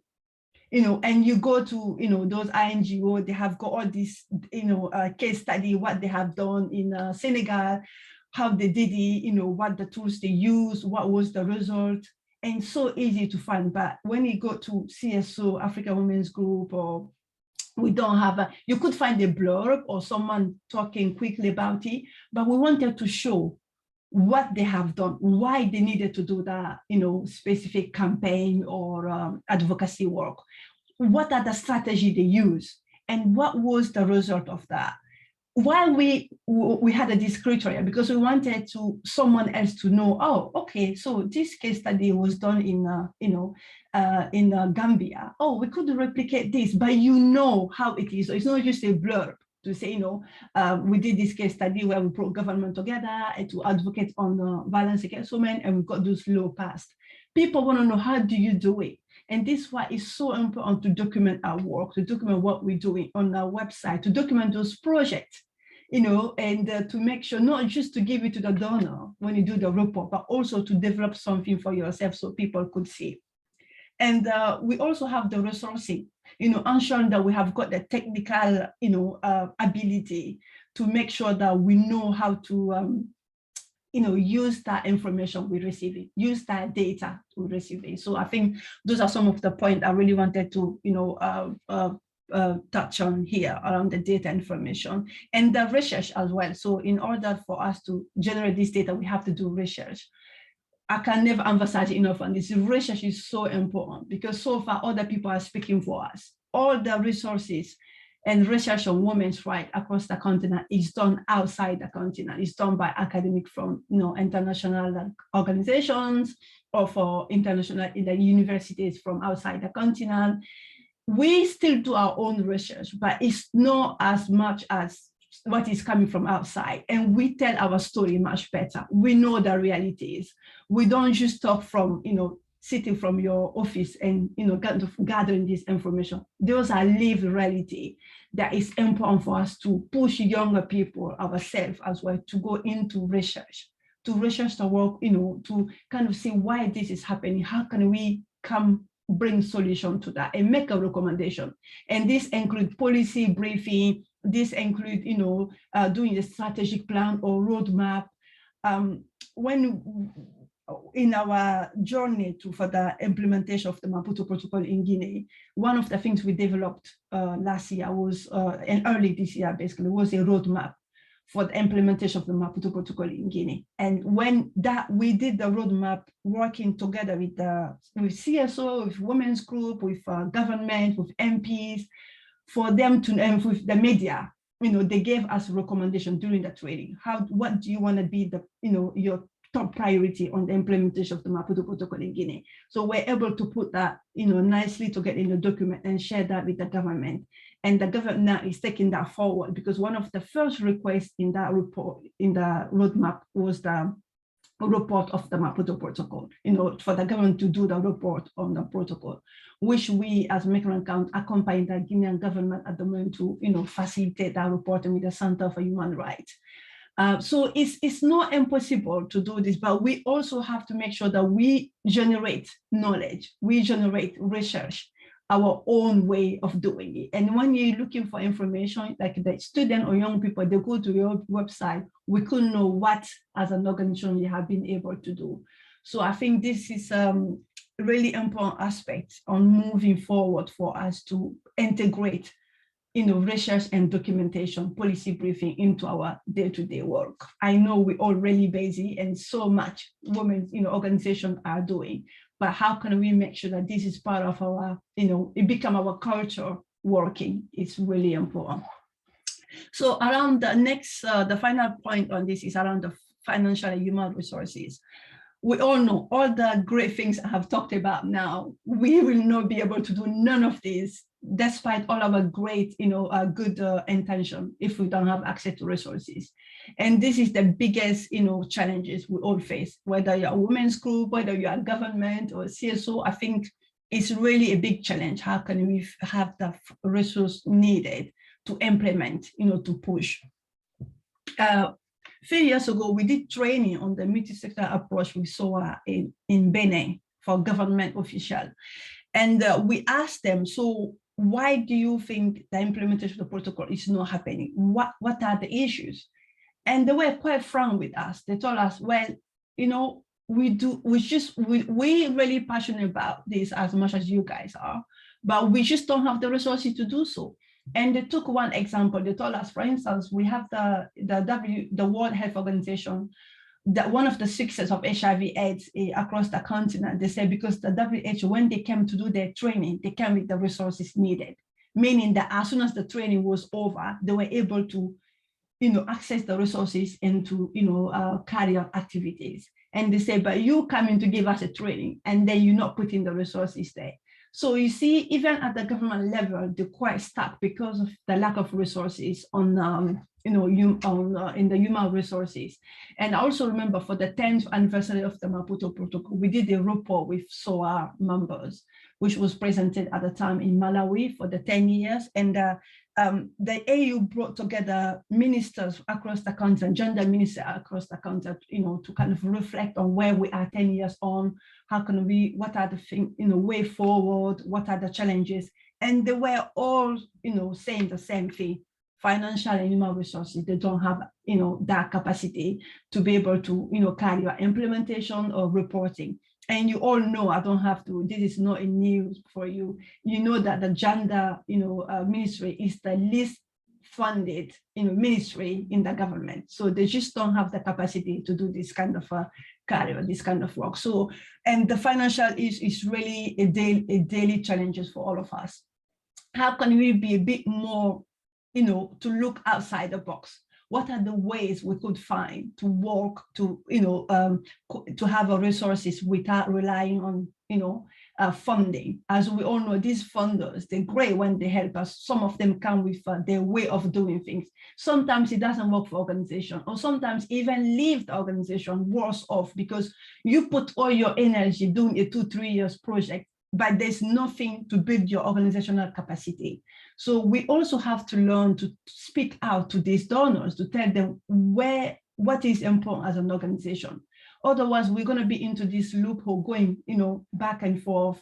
We'll do project, but then our organizational capacity is not strengthened to sustain the work we have started. So we have to be able to speak out to, make sure that the resources we get is what we, as an organization, we know how much, difference it could make within the organization, but also outside. Because if you have a stronger organization, it means that the impact will be bigger, but also will be longer term. So this is why we have to start negotiating, not just take what we're given, but also, say things that are not working for us or would work for us. So those 6 points were really the bigger picture. I felt like would be really important to discuss in terms of the advocacy, actions moving forward. How can we focus ourselves? But I know it's not only the 6, there are a lot more out there we all will talk about, and we'll have plenty of time to discuss this in the plenary as soon as I'm done.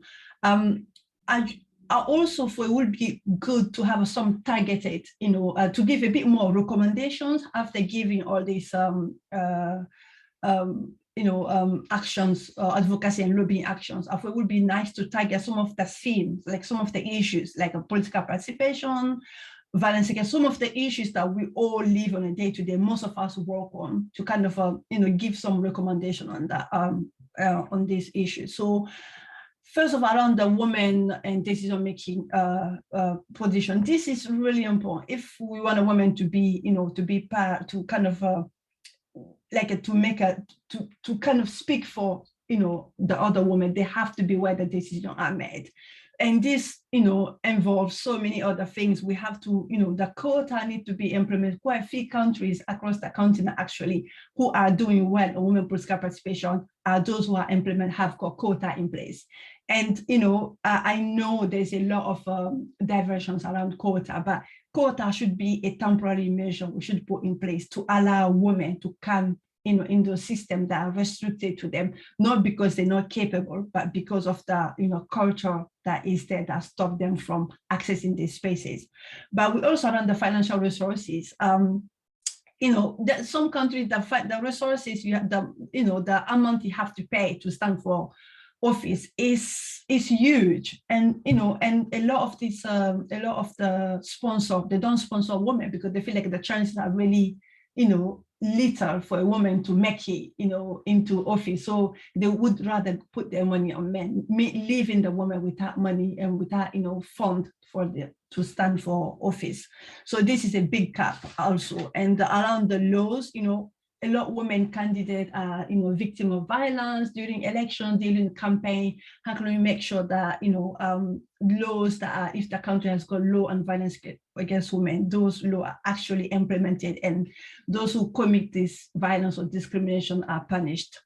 And, also around training, awareness program. A few years ago, we're in Zambia on women political participation organized by the AU. And we talked after the meeting, we brought younger people who have been standing election throughout the continent. So asking them what are the experiences. And I remember a young woman telling us, I remember one day that she went to do a, campaign, and there was a man, as she was speaking in front of 100 people, a man came on her back and, kind of just pull up her dress in a way to humiliate her.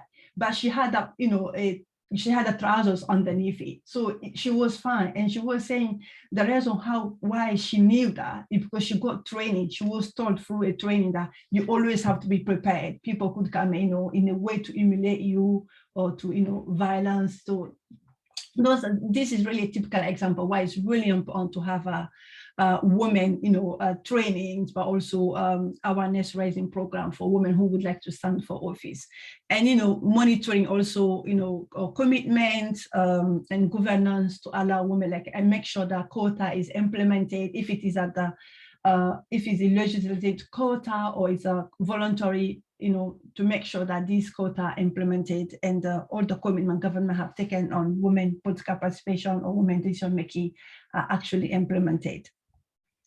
And the next one is around violence against women again, to ensure that we have got, laws. Some country have got, most countries across the continent have got law on child marriage.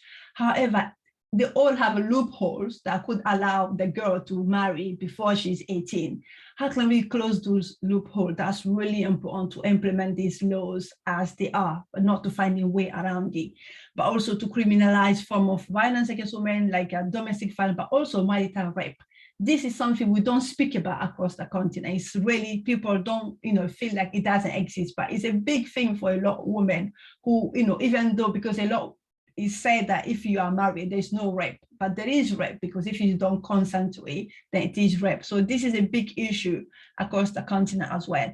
And, human trafficking, as we know, we see on TV every day, younger people being trafficked into the, Gulf countries or in Arabic country or even across the continent. So this is something, a lot of African countries actually have got, human trafficking laws, legislation, but it's just not implemented. And also, support a victim of survivor of violence against women is really important as well, because they need to make sure that the system is there to support them. I wouldn't say victim, but more survivor, to go through the, to kind of, not only they have the educational, legal and medical support, but also after to help them to get justice, against the perpetrator. And around the sexual health right and HIV, this, as you know, is a day-to-day we all live on. There is no enough resources into health across the continent. The health system is really not working. We have witnesses, on the COVID, how things have been so far for some of the countries, but also training for the health force. So I didn't want to focus here too much on the issue. We all know what, but more around what needs to be done. If the government take these policies, how the impact it could have on the day-to-day of women's, young women in terms of family planning, in terms of access to safe abortion if needed, but also, educating younger people about, sexual rights, also having a system that, is really respond to the need of the population, and having men involved on the day-to-day, of women's health. There's a project that actually happened in Niger where there was a high, I think it was done by UNFPA, there was a high incidence of women dying during childbirth, or so many other issues. And actually they started having implement this project where the men would be involved with their women on that like when a woman is pregnant, throughout the pregnancy, they would go together, listen what to do, and they started having these men, I forgot the name of the project, but after a few years it bear fruit because men understood why it is important to be involved, and they had a fewer child death, and then mortality death as well. So I think maternal mortality death is really low. So I think it's really important to have a men involved in these issues, not to make it only as a woman, it's only the woman who is pregnant, that's her issue. So, and women, peace and security, this is the last slide. Across the continent, one of the last point I would like to make. Across the continent, we have a conflict happening day to day, whether it is by climate change across what is happening in the Sahelian country, for instance, we have got in Mali or in Nigeria or Burkina, that this conflict happening between some ethnic, and that's due mostly on climate change. And we also have a conflict happening as part of the extremists, where in some of the countries for instance, in Mali, where people are being persecuted on a day-to-day because of extremists. but we also have a conflict overall that's happening throughout the continent that is, and women are not part of this process, and we know if women are part of the process, it kind of gives you a lot more, it makes it easier to come to a conclusion with the peace process, but also peace building and how can we ensure that the post-conflict is inclusive and women will build better, like they say, after conflict. So few of the countries have got national action plan, I think 25, something like that. Definitely under 30 countries so far have developed a national action plan of 1325 on UN Security Council 1325, and more need to happen. More need to happen in terms of involving women in a peace process. But we also have to make sure that there's a system, when there's a post-conflict, that have a reparation. We also have a justice is given to those who have been victim of either violence or victim of torture. So I think, but also implementing these policies to the vulnerable groups to make sure that that has a impact on like sexual gender-based violence is a really big thing.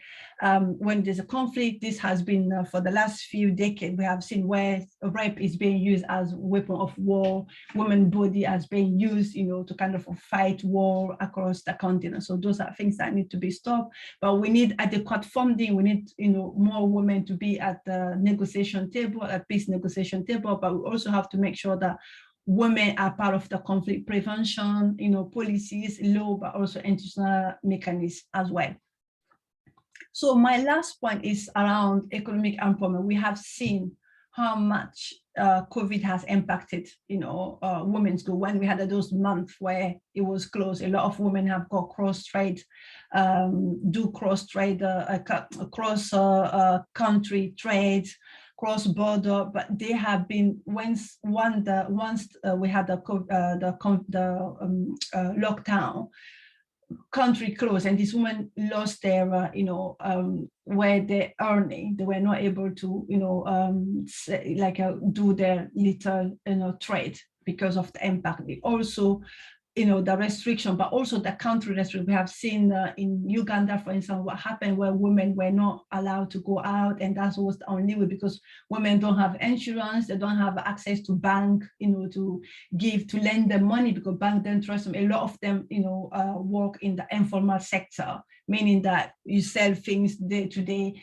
And if a family member, gets sick or there's some issues in the family, they take all that money and have to put in the meaning that they find themselves without money after that, so they have to start from scratch. So making sure that our government have got have fund that women could access, but also building the economic empowerment, so like making sure the women are economically empowered is really important, because we all know that when women have got money, they kind of put it right into the family, into education, health, kids, and that has an impact on the day-to-day. So this is why it's really important to facilitate the access to, resources, but also training, and to make sure that when they have got this kind of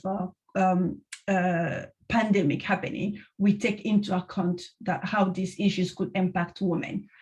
And on that, I just want to say thank you so much for following. I know I've spoken a lot, but I think I'm still on my time. I'm still fine with time. And as you see, I have really tried to give the bigger picture, but also issue-oriented recommendations. And I really hope that we'll have the next 10, 20 minutes to really engage and share with me, but also share with the rest of us what you think are some of the issues we could, some of the advocacy actions we could do. What is working? What is not working? I think those are some of the things we need to reflect on. And if it's from a specific country, what has worked for you in your country? Like for us in Guinea, what has worked so far is that we make sure that when we're doing work, government is heavily involved in it. Like we make sure that they are part of it from the beginning until the end. And that has really helped us to kind of see a lot of results, but also some of the event activity we have done to see results on that. So it would be really interesting to know what has worked in your country, and also what some of the recommendations you also have in the implementation, but also ratification of the Maputo Protocol. Thank you so much for that attention. Thank you very much, Rainatu. Very brilliant presentation, I must say. And it would leave some of us wondering, I mean, in the years of implementing issues around the protocol, have we really done a lot? Or with all these recommendations that you have, we need to do more? It's very challenging, very challenging. Thank you so much for making time for making this presentation here. And briefly, just to recap, not recap actually, I mean, but just to refresh memories, that the main issues that you talked about was on the popularization and also accountability and monitoring. You looked at the nurturing of young women and them using social media. Then you also talked about the finance and human resources. There's already a reminder actually for your presentation, because it's very, very elaborate and also interactive, and for future engagement or continuous engagement. The recommendations were spot on very thematic issues relating to women, looking at peace and security, economic empowerment, and other issues. Thank you so much, Rainatu, for your time and for making this presentation, despite your very busy schedule. At this point in time, I would like to open the floor for, as Rainatu had already said, for further ideas or other initiatives or further do's that we could employ, either as organizational level or as part of the coalition, to further take this issue of the ratification of the protocol forward in the next steps, even at the end of the the life of the strategic plan of SOA 2020 to 2024. So for those that have not had a chance to speak, now is your time to share ideas, share best practices where it has worked for you, and what else you think we could do as we continue to call on the 13 remaining states, as well as to also ensure that those that have already ratified, they are domesticating and are implementing, and we are also able to monitor progress along the way. So without wasting further time, okay, just looking through the chat box, I only see a request for Rainatu's presentation to be shared. Yeah, that's the only one I see so far. But the floor is open, dear participants, for your comments, your contribution, recommendations on the way forward on some of these practices, some of these best practices that Rainatu has been able to share with us. The floor is open, please, by either show of hands or make use of the chat box. Ladies and gentlemen, are we together? The energy level is going down. It's been a long day already. Adama, I think it would be quite good to hear from Maiga, because I think she, I don't know if she or he, yeah, she talked about the data, elle parle un peu de la collecte de données et de l'information. Maiga spoke about data collection. Could you please collaborate, talk more on that? How did you use the data collection? Mrs. Maiga? Oui, bonjour. We see you now, Rainatu. J'ai parlé de la... I spoke about des informations qui constituent vraiment information sharing, un travail important dans ce qui concerne le plaidoyer et les lobbies. Very important work in advocacy. Parce que c'est en général quand on... Because generally, quand on veut faire des argumentaires là, on a vraiment besoin de la collection des data et puis aussi de l'information, des informations, parce que c'est ce qui nous permet d'élaborer des argumentaires consistants. Donc, je voulais juste parler de cette importance dans notre plaidoyer et puis it is very key in our advocacy, and that really helped us. I totally agree with you. I think it is very important, and I think it should be one of our focal activity, and to make sure to have the information and the necessary data in order to build up a solid argument. Nous avons des problèmes en tant que société civile en Afrique d'avoir un point de collecte des données. As civil society organization, Si on a vraiment un point de collection de données, ça va faciliter le fait de mettre ensemble toutes les informations et d'élaborer des argumentaires all the solides. information and build up a solid argumentation in order to do Je our propose qu'on ait une plateforme I d'information wish that we create des data a data collection régionale qui va platform faciliter notre travail for the necessary côté de la information that Commission will make our africaine des droits de work l'homme easy, et aussi au côté de not l'Union only africaine. at the commission level, but also in general. Thank you very much. Merci. Thank you. Thank you very much, Madam Maiga.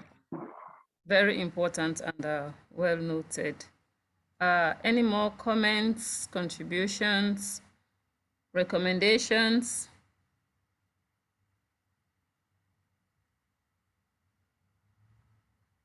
Is there anyone else that would like to take the floor? Are we all okay, tired?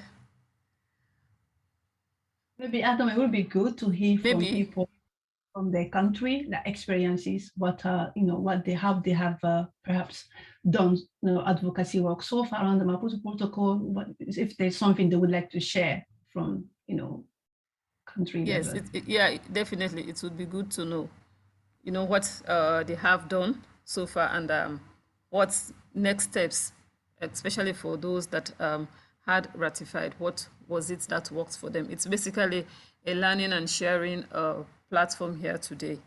But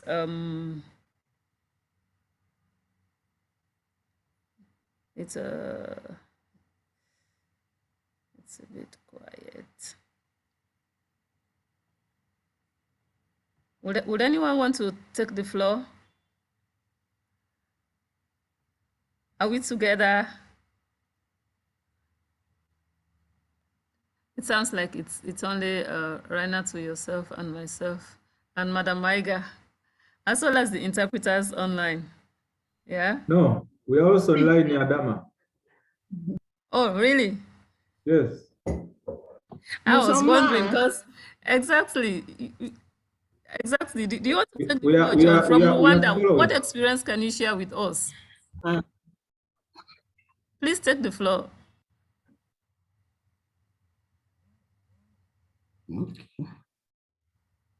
Madam Maimuna Tunkara, you want to say something? Oui. Please go ahead. Oui, et je veux compléter en fait.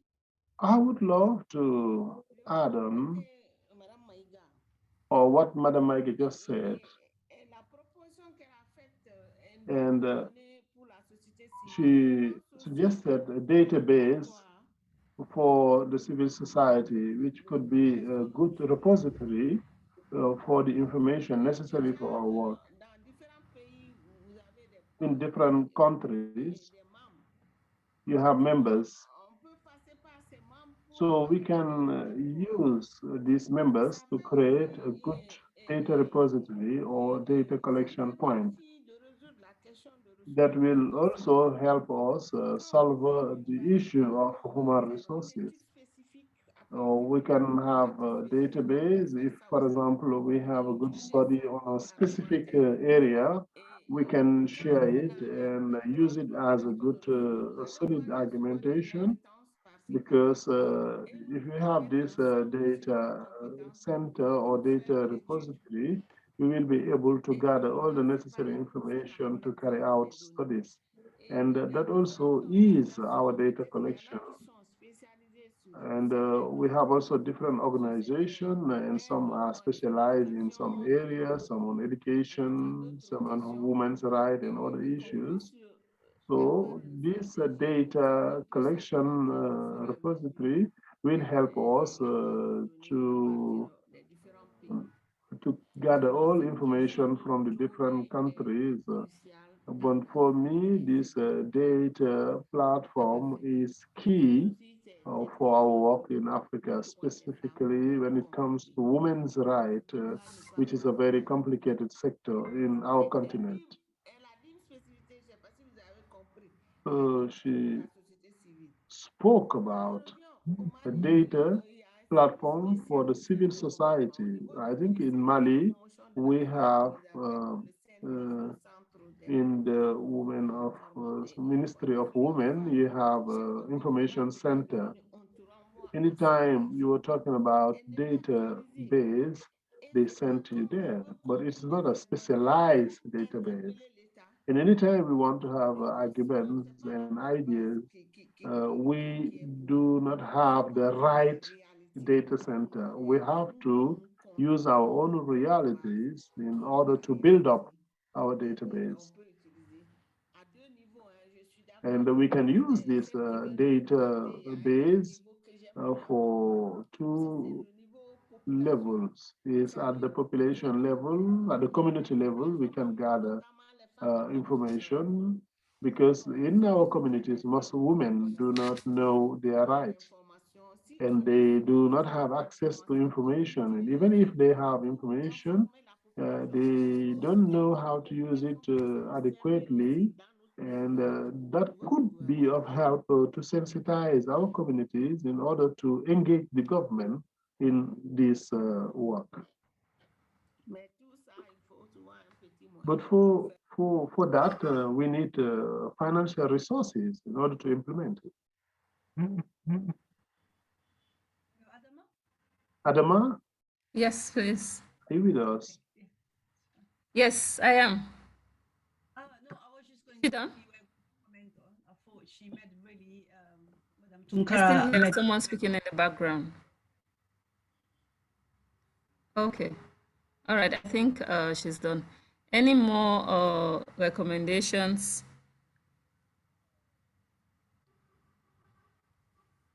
Contributions, recommendations? We are winding up. Please.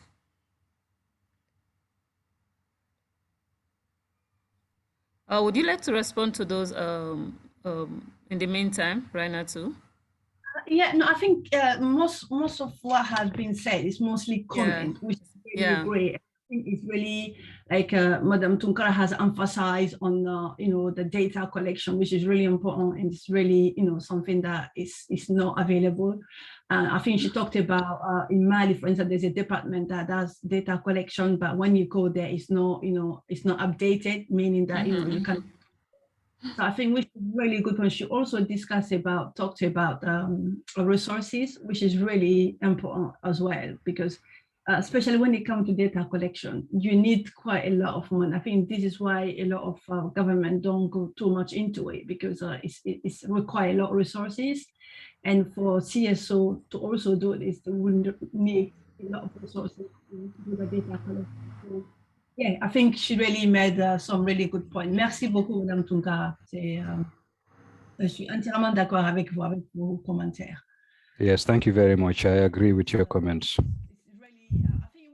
Interesting to know if there's other point people think we should focus on that we have not done. Like in my presentation, I focus on 6 points, but I'm sure there's a plenty other point that we could share. Either you have used it in your work, in other advocacy work, for instance. It doesn't have to be in the Maputo protocol, but something that we could all take forward that we may not know about. We could use it, because I think this is the platform we have today is really to share experience, but also to share good practices that we could take back with us. I think it would be know, if there are some good practice we could, even, if some campaign you have done, even it hasn't done success as you wanted, but how did you? J'ai une question. Oui, Madame Tunkara, allez-y. J'ai une question. I have a question. Countries that have not ratified, have we tried to find out why they haven't ratified? Well, we didn't do any study on that, but we had a meeting with the AU, with Center for Women's Rights, and invited member countries who ratified the protocol and those who haven't ratified. So just to exchange, those who have ratified, for example, expressed the difficulties during ratification, but also shared with us everything about the process. And on the other side, those who did not ratify, we asked them to give us an idea of why they did not ratify, what their difficulties were. It's very difficult for some countries on reproductive rights, for example. Most of the reservations, in fact, it's Article 14 on reproductive rights. So most of them had reservations there, and some also are saying there are obstacles here and there. So we don't know exactly why, but we have some ideas. And sharing is therefore very important. And because we would learn exactly why the countries did not ratify. I think it was in Niger also, the only country in West Africa, I believe, that has not yet ratified. And if I remember, it was with respect to Article 14, if I remember, but very often that's the article that poses a problem. Countries are sometimes just scared that a lot of the population do not agree on certain things.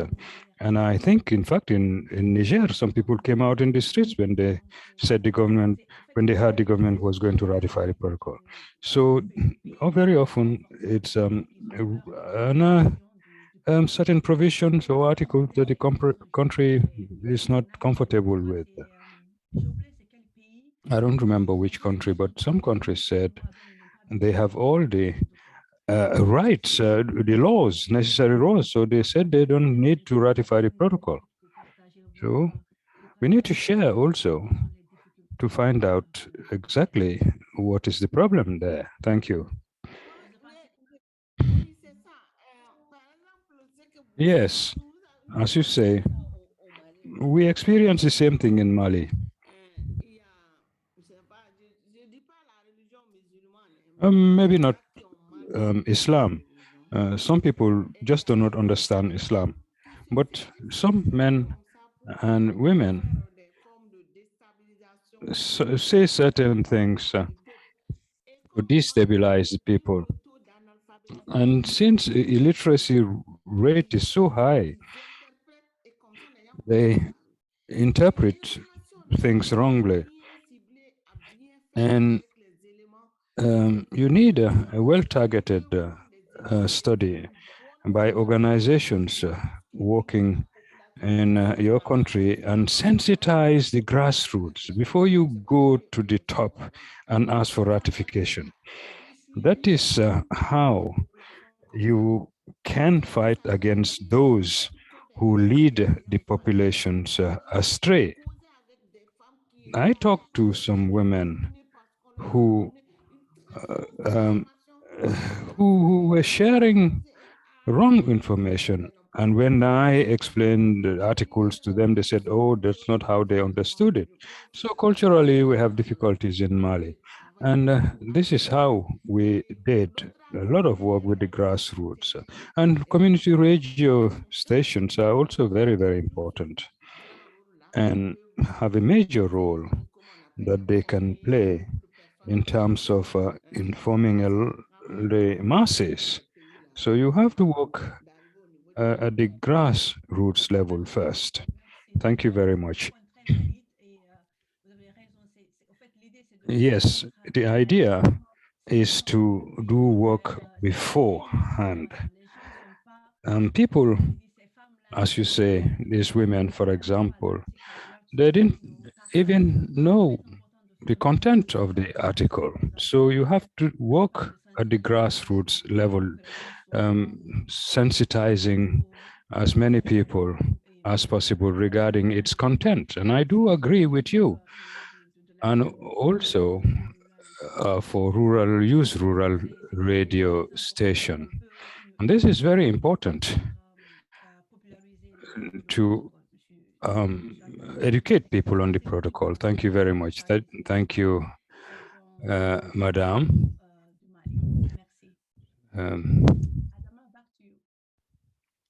Adama? Oui, bonjour. Allô, Hello? Adama? Yes. Adama? Yes, Oui. I can hear you, Madam Aiga. Oui, est-ce que je peux faire des propositions de Can I make recommandations? proposals and recommendations? Yes, yeah, that is fine. OK. Donc, je propose qu'on Okay, renforce I propose les organisations des femmes that we meet with women's l'élaboration organizations, involve them in des rapports alternatifs auprès de the la drafting Commission africaine, of shadow mais aussi reports, auprès des mécanismes onusiens. C'est important. both at the level of the African Commission and UN mechanisms. Hello. Hello? Hello, can you hear me? Yes, yes, we can hear you. Yeah. I think there's somebody else's mic who is on, that is on. Yeah, I can see who that is. Hello. Yes, Madam Aiga, please go ahead. Okay, so I was saying that it's important. I recommend that you reinforce civil society organization and women's human rights defenders and on shadow report elaboration. All right. Et puis, c'est important aussi. And it's also important. Voilà, c'est important aussi d'informer to inform les pays countries sur l'élaboration et la soumission des rapports on alternatifs. on shadow reporting. Parce que dans beaucoup de pays, c'est parce qu'ils ne Many savent countries, pas le moment. they don't know when Et puis, to prepare the reports aussi, or quelle est la submit them. crédibilité que And la the soumission de ce credibility rapport à l'État en tant that qu'État membre the submission à la of such Convention. shadow reports would give to the member states submitting their state reports. Voilà, ça, ce sont les deux recommandations. These are the two Et recommendations. les autres recommandations que j'ai There vues are dans la other présentation, recommendations in ça my va beaucoup presentation, dans le sens de especially la participation des in femmes terms dans of women's dans les participation décisions. in decision making. Mais c'est important que nous But it's arrivions à adopter ces important for us recommandations to adopt these pour notre recommendations protocole, for parce qu'il ne our s'agit pas protocol, seulement because d'une lutte pour les femmes, it's mais not c'est just a aussi fight for women, toute la population but for the whole à population, faire valoir les droits. so that their rights, women's rights, can Voilà, be donc c'est observed. important qu'on So arrive it's important à for adapter us ces recommandations to à la ratification universelle, mais aussi ensure à la mise en œuvre that we make these recommendations protocole de so that Maputo. we can have universal ratification and implementation of the Maputo Protocol. Merci. Thank you. Thank you very much. Yeah, thank you very much, Madam Aiga. That has been well noted. Maybe just in 1 minute to just share information that yes, in relation to shadow report training, that is what's on. That is an activity that the center had done in August 2021 under this same project for especially targeting participants from countries whose reports were to be examined during the 69th ordinary session of the African Commission on Human and People's Rights. But as we've also talked about the issue of timing here, because by the time, you know, for example, that like Rwanda, for example, Rwanda state reports will be examined, the time will be too short for you to be able to engage with civil society organizations around preparation, around training and preparation of shadow reports for presentation. So that is just to say that that is definitely something that is on the radar of the coalition, as well as individual organizations that seek to support participants that engage with the African human rights system and the African Commission on Human and People's Rights in particular. But thank you very much. It's a well-noted point. Et j'oubliais une partie, c'est de faire la And I mobilisation forgot de fonds resource pour leur mobilization. participation. Resource mobilization for greater participation.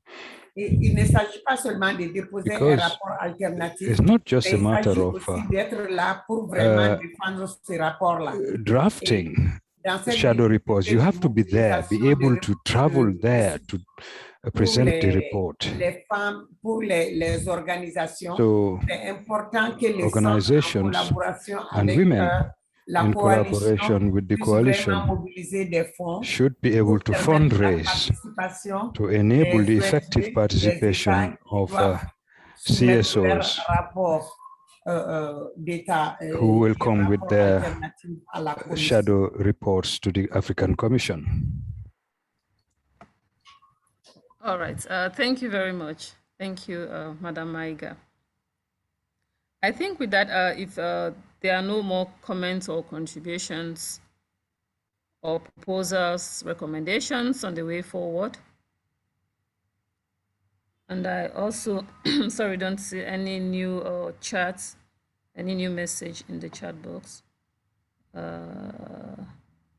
Okay, all right, just one thing from Umar, from our rapper, that says that the VAPP, maybe Umar, you can let us know what VAPP law means, but she says the VAPP law has been passed and domesticated in over 28 states in Nigeria. However, the Gender Equality and Opportunities Bill was again temporarily stepped down by the Assembly yesterday, 15th December, after the second reading, following opposition by at least 3 senators. This was in spite of revised text of the content of the bill. Okay, I think this speaks earlier to the issue or the news that I had on the BBC this morning. Thank you very much, Uma, for highlighting that. And there's one new message that just came in. Okay, no new message. Yeah, that's it. That's the last one. So,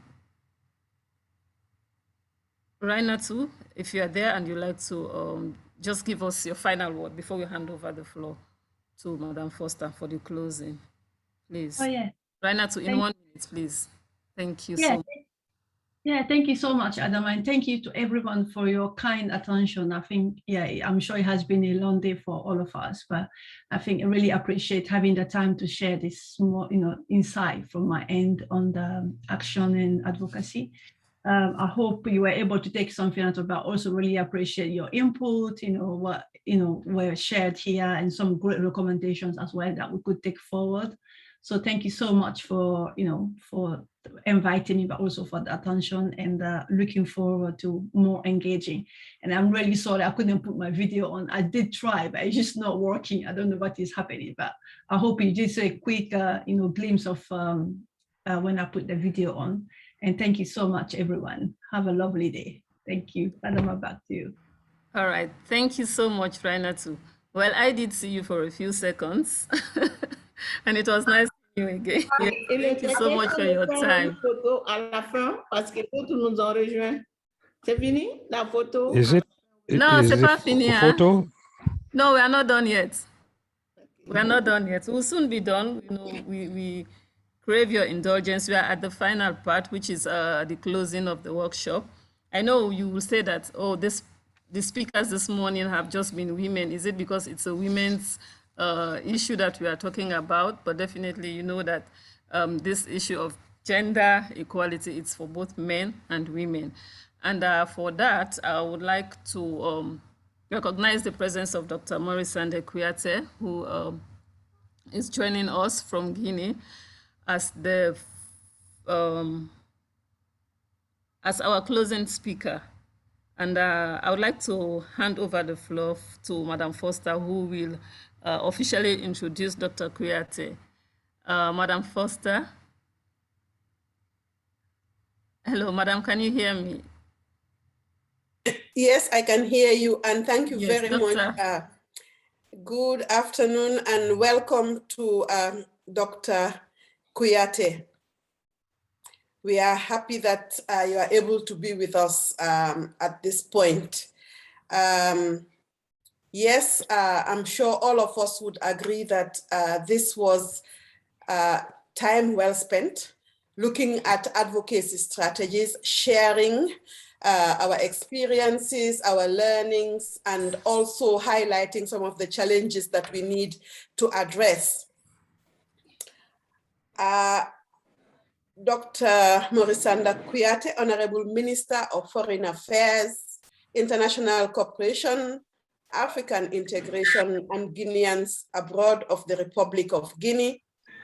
Our eminent speakers, women rights advocates and defenders, and our men who stand with us. Yes, we want to recognize all of you. I want to also recognize SOA Coalition members, as well as our partners and other participants, and to say that good afternoon. And I know it's like a few hours ago, but it's 4 hours have gone past, and we are still fit and standing and still discussing. Our main issue was looking at advocacy to accelerate the ratification, domestication, and implementation of the Maputo Protocol. During this period, we've been able to highlight a number of strategies. We were looking at popularization, we were looking at capacity building, we were also looking at empowerment processes, and it has been very interesting. The empowerment of process of providing voice and choice, the engagement of partners to amplify the voices, working with other partners like the media, like the duty bearers, like Dr. Kouyaté and others, looking at how research can feed into the work that we are doing, and making sure that the information we collect is also disseminated to the relevant stakeholders. Partnerships, yes, was very key and was mentioned, especially partnerships that would enhance and or empower marginalized and vulnerable groups. By that, I am remembering our other colleagues, the disabled, the LGBTI. I'm also looking at the intersectionality, women who are disabled, women who don't have the sight, who are physically challenged or have other challenges. The issue of resource mobilization, whether it's financial or whether it's human resources, human expertise, was also put on the table. But I also would like to highlight the fact that the monitoring and evaluation of these, all these activities, all these strategies that we put on the table is very key. And we would need to check how we can employ the continuous improvement cycle, which will also help us from the beginning of our projects, advocacy projects, to the end, and in so doing, assist us in coming up with reports that will show how we've been able to achieve and what we have been able to achieve, with whom, and the price that we have for the process. So distinguished ladies and gentlemen, let me, on behalf of all of us, thank Dr. Kouyaté for being available to deliver the closing statement at this workshop. In the same vein, I want to recognize the facilitators and to thank them for well thought out presentations, thought-provoking, very comprehensive and interesting presentations. I refer to Memory, my sister's Memory, Jingare, and Rainatu. Yes, we've definitely had a good day, and we've got the best of facilitators to help us look at the issue of advocating for the processes that we have on the Maputo Protocol.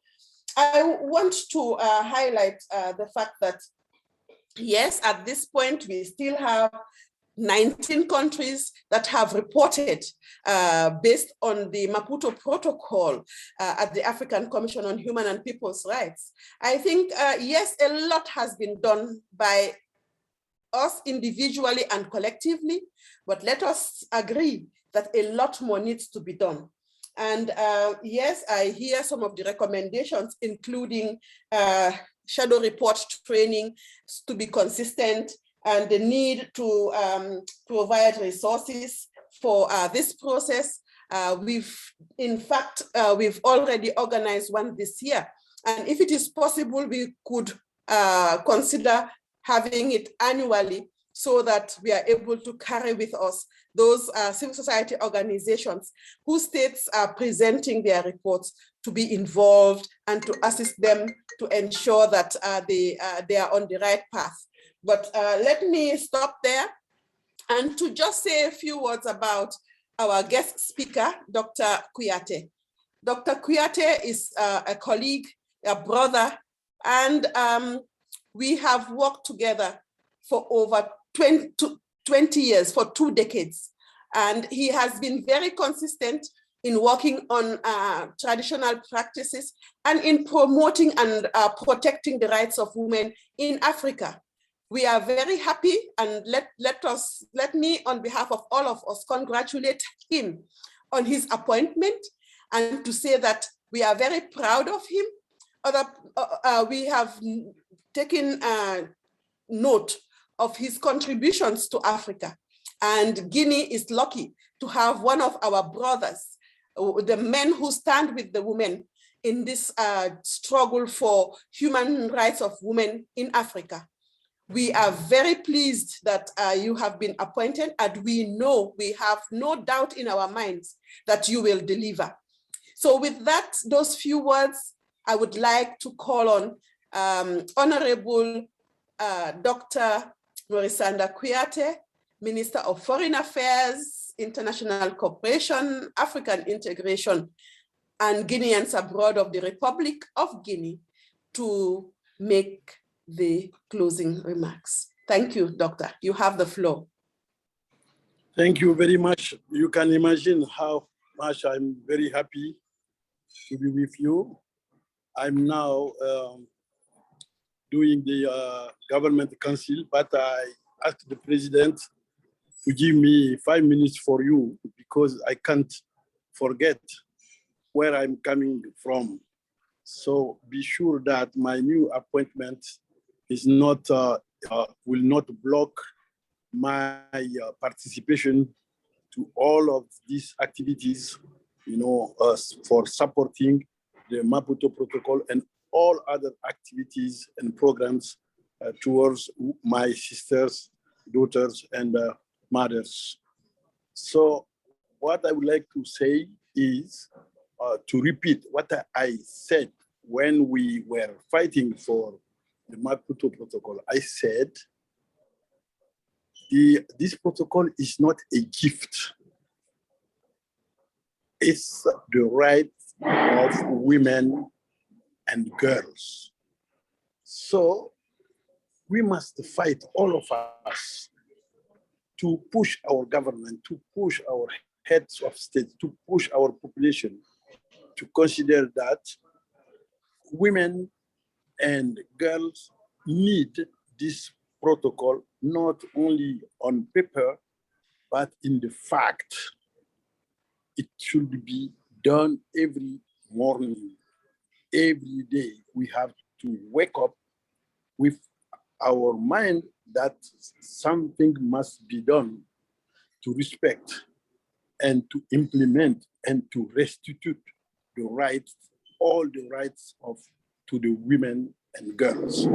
So I'm very happy to have this opportunity to say what, no matter if you are in the government or you are NGO or you are, African Union or ECOWAS or SADC, the problem is not your position. The problem is your commitment.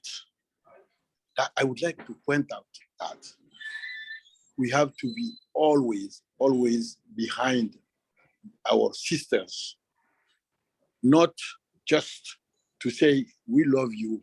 Yes, we love them, but we have to demonstrate that we love them.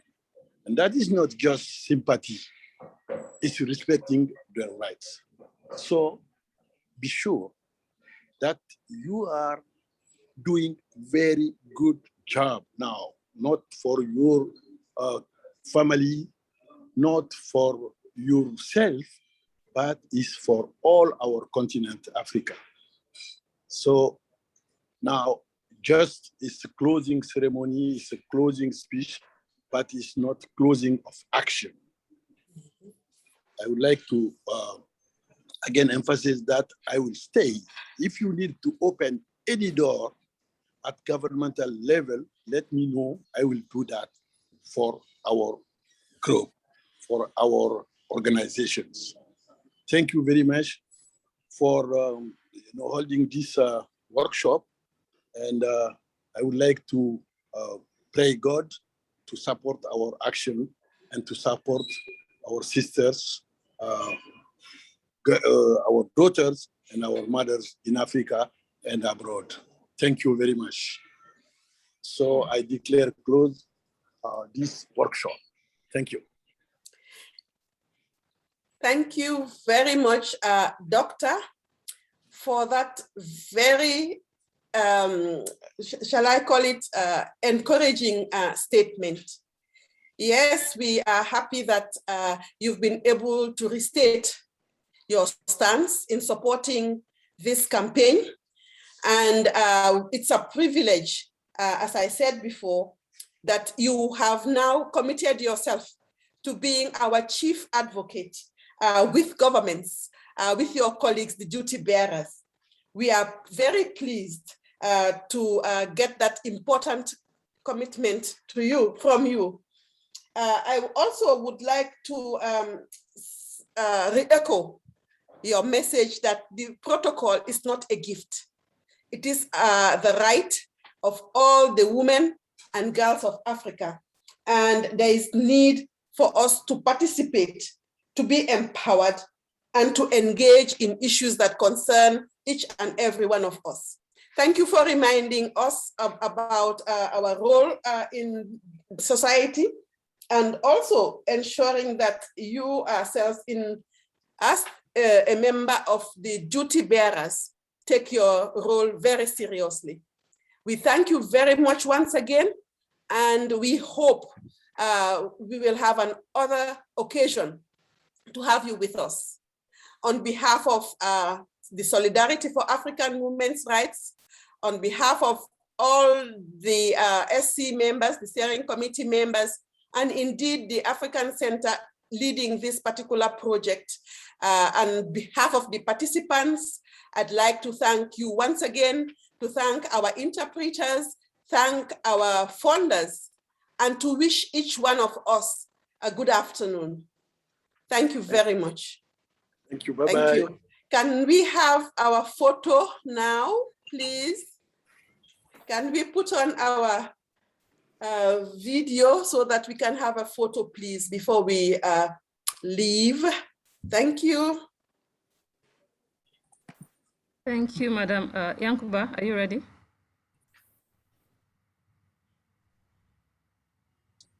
I'm ready. Yeah, I'm ready. Okay. Are we together?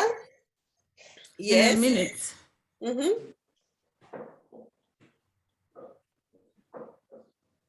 Kindly turn on your videos for just one. Kindly turn on your videos.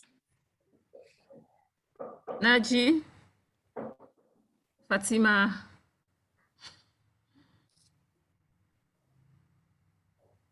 Maimuna. I know, right? Maimuna. Maimuna, she need to on ne voit que camera. We can only see her head. Yes, it's been a fulfilling time. Maimouna. Il faut juste rabaisser un peu l'écran de ton ordi là. Comme ça, on verra ton visage. Voilà. You have to bring down your laptop. Chidera, do you want to turn on your video, please? Thank you. Thank you. Yankuba, have you taken it? All right. Thank you, doctor. Thank you so much. Bye-bye. Bye. Thank you. Goodbye. We are Have a good all coming afternoon. to Guinea-Conakry. Thank you. Well done. Thank you. You should. Yes. Merci. Merci. Thank you. C'était un plaisir. Bye.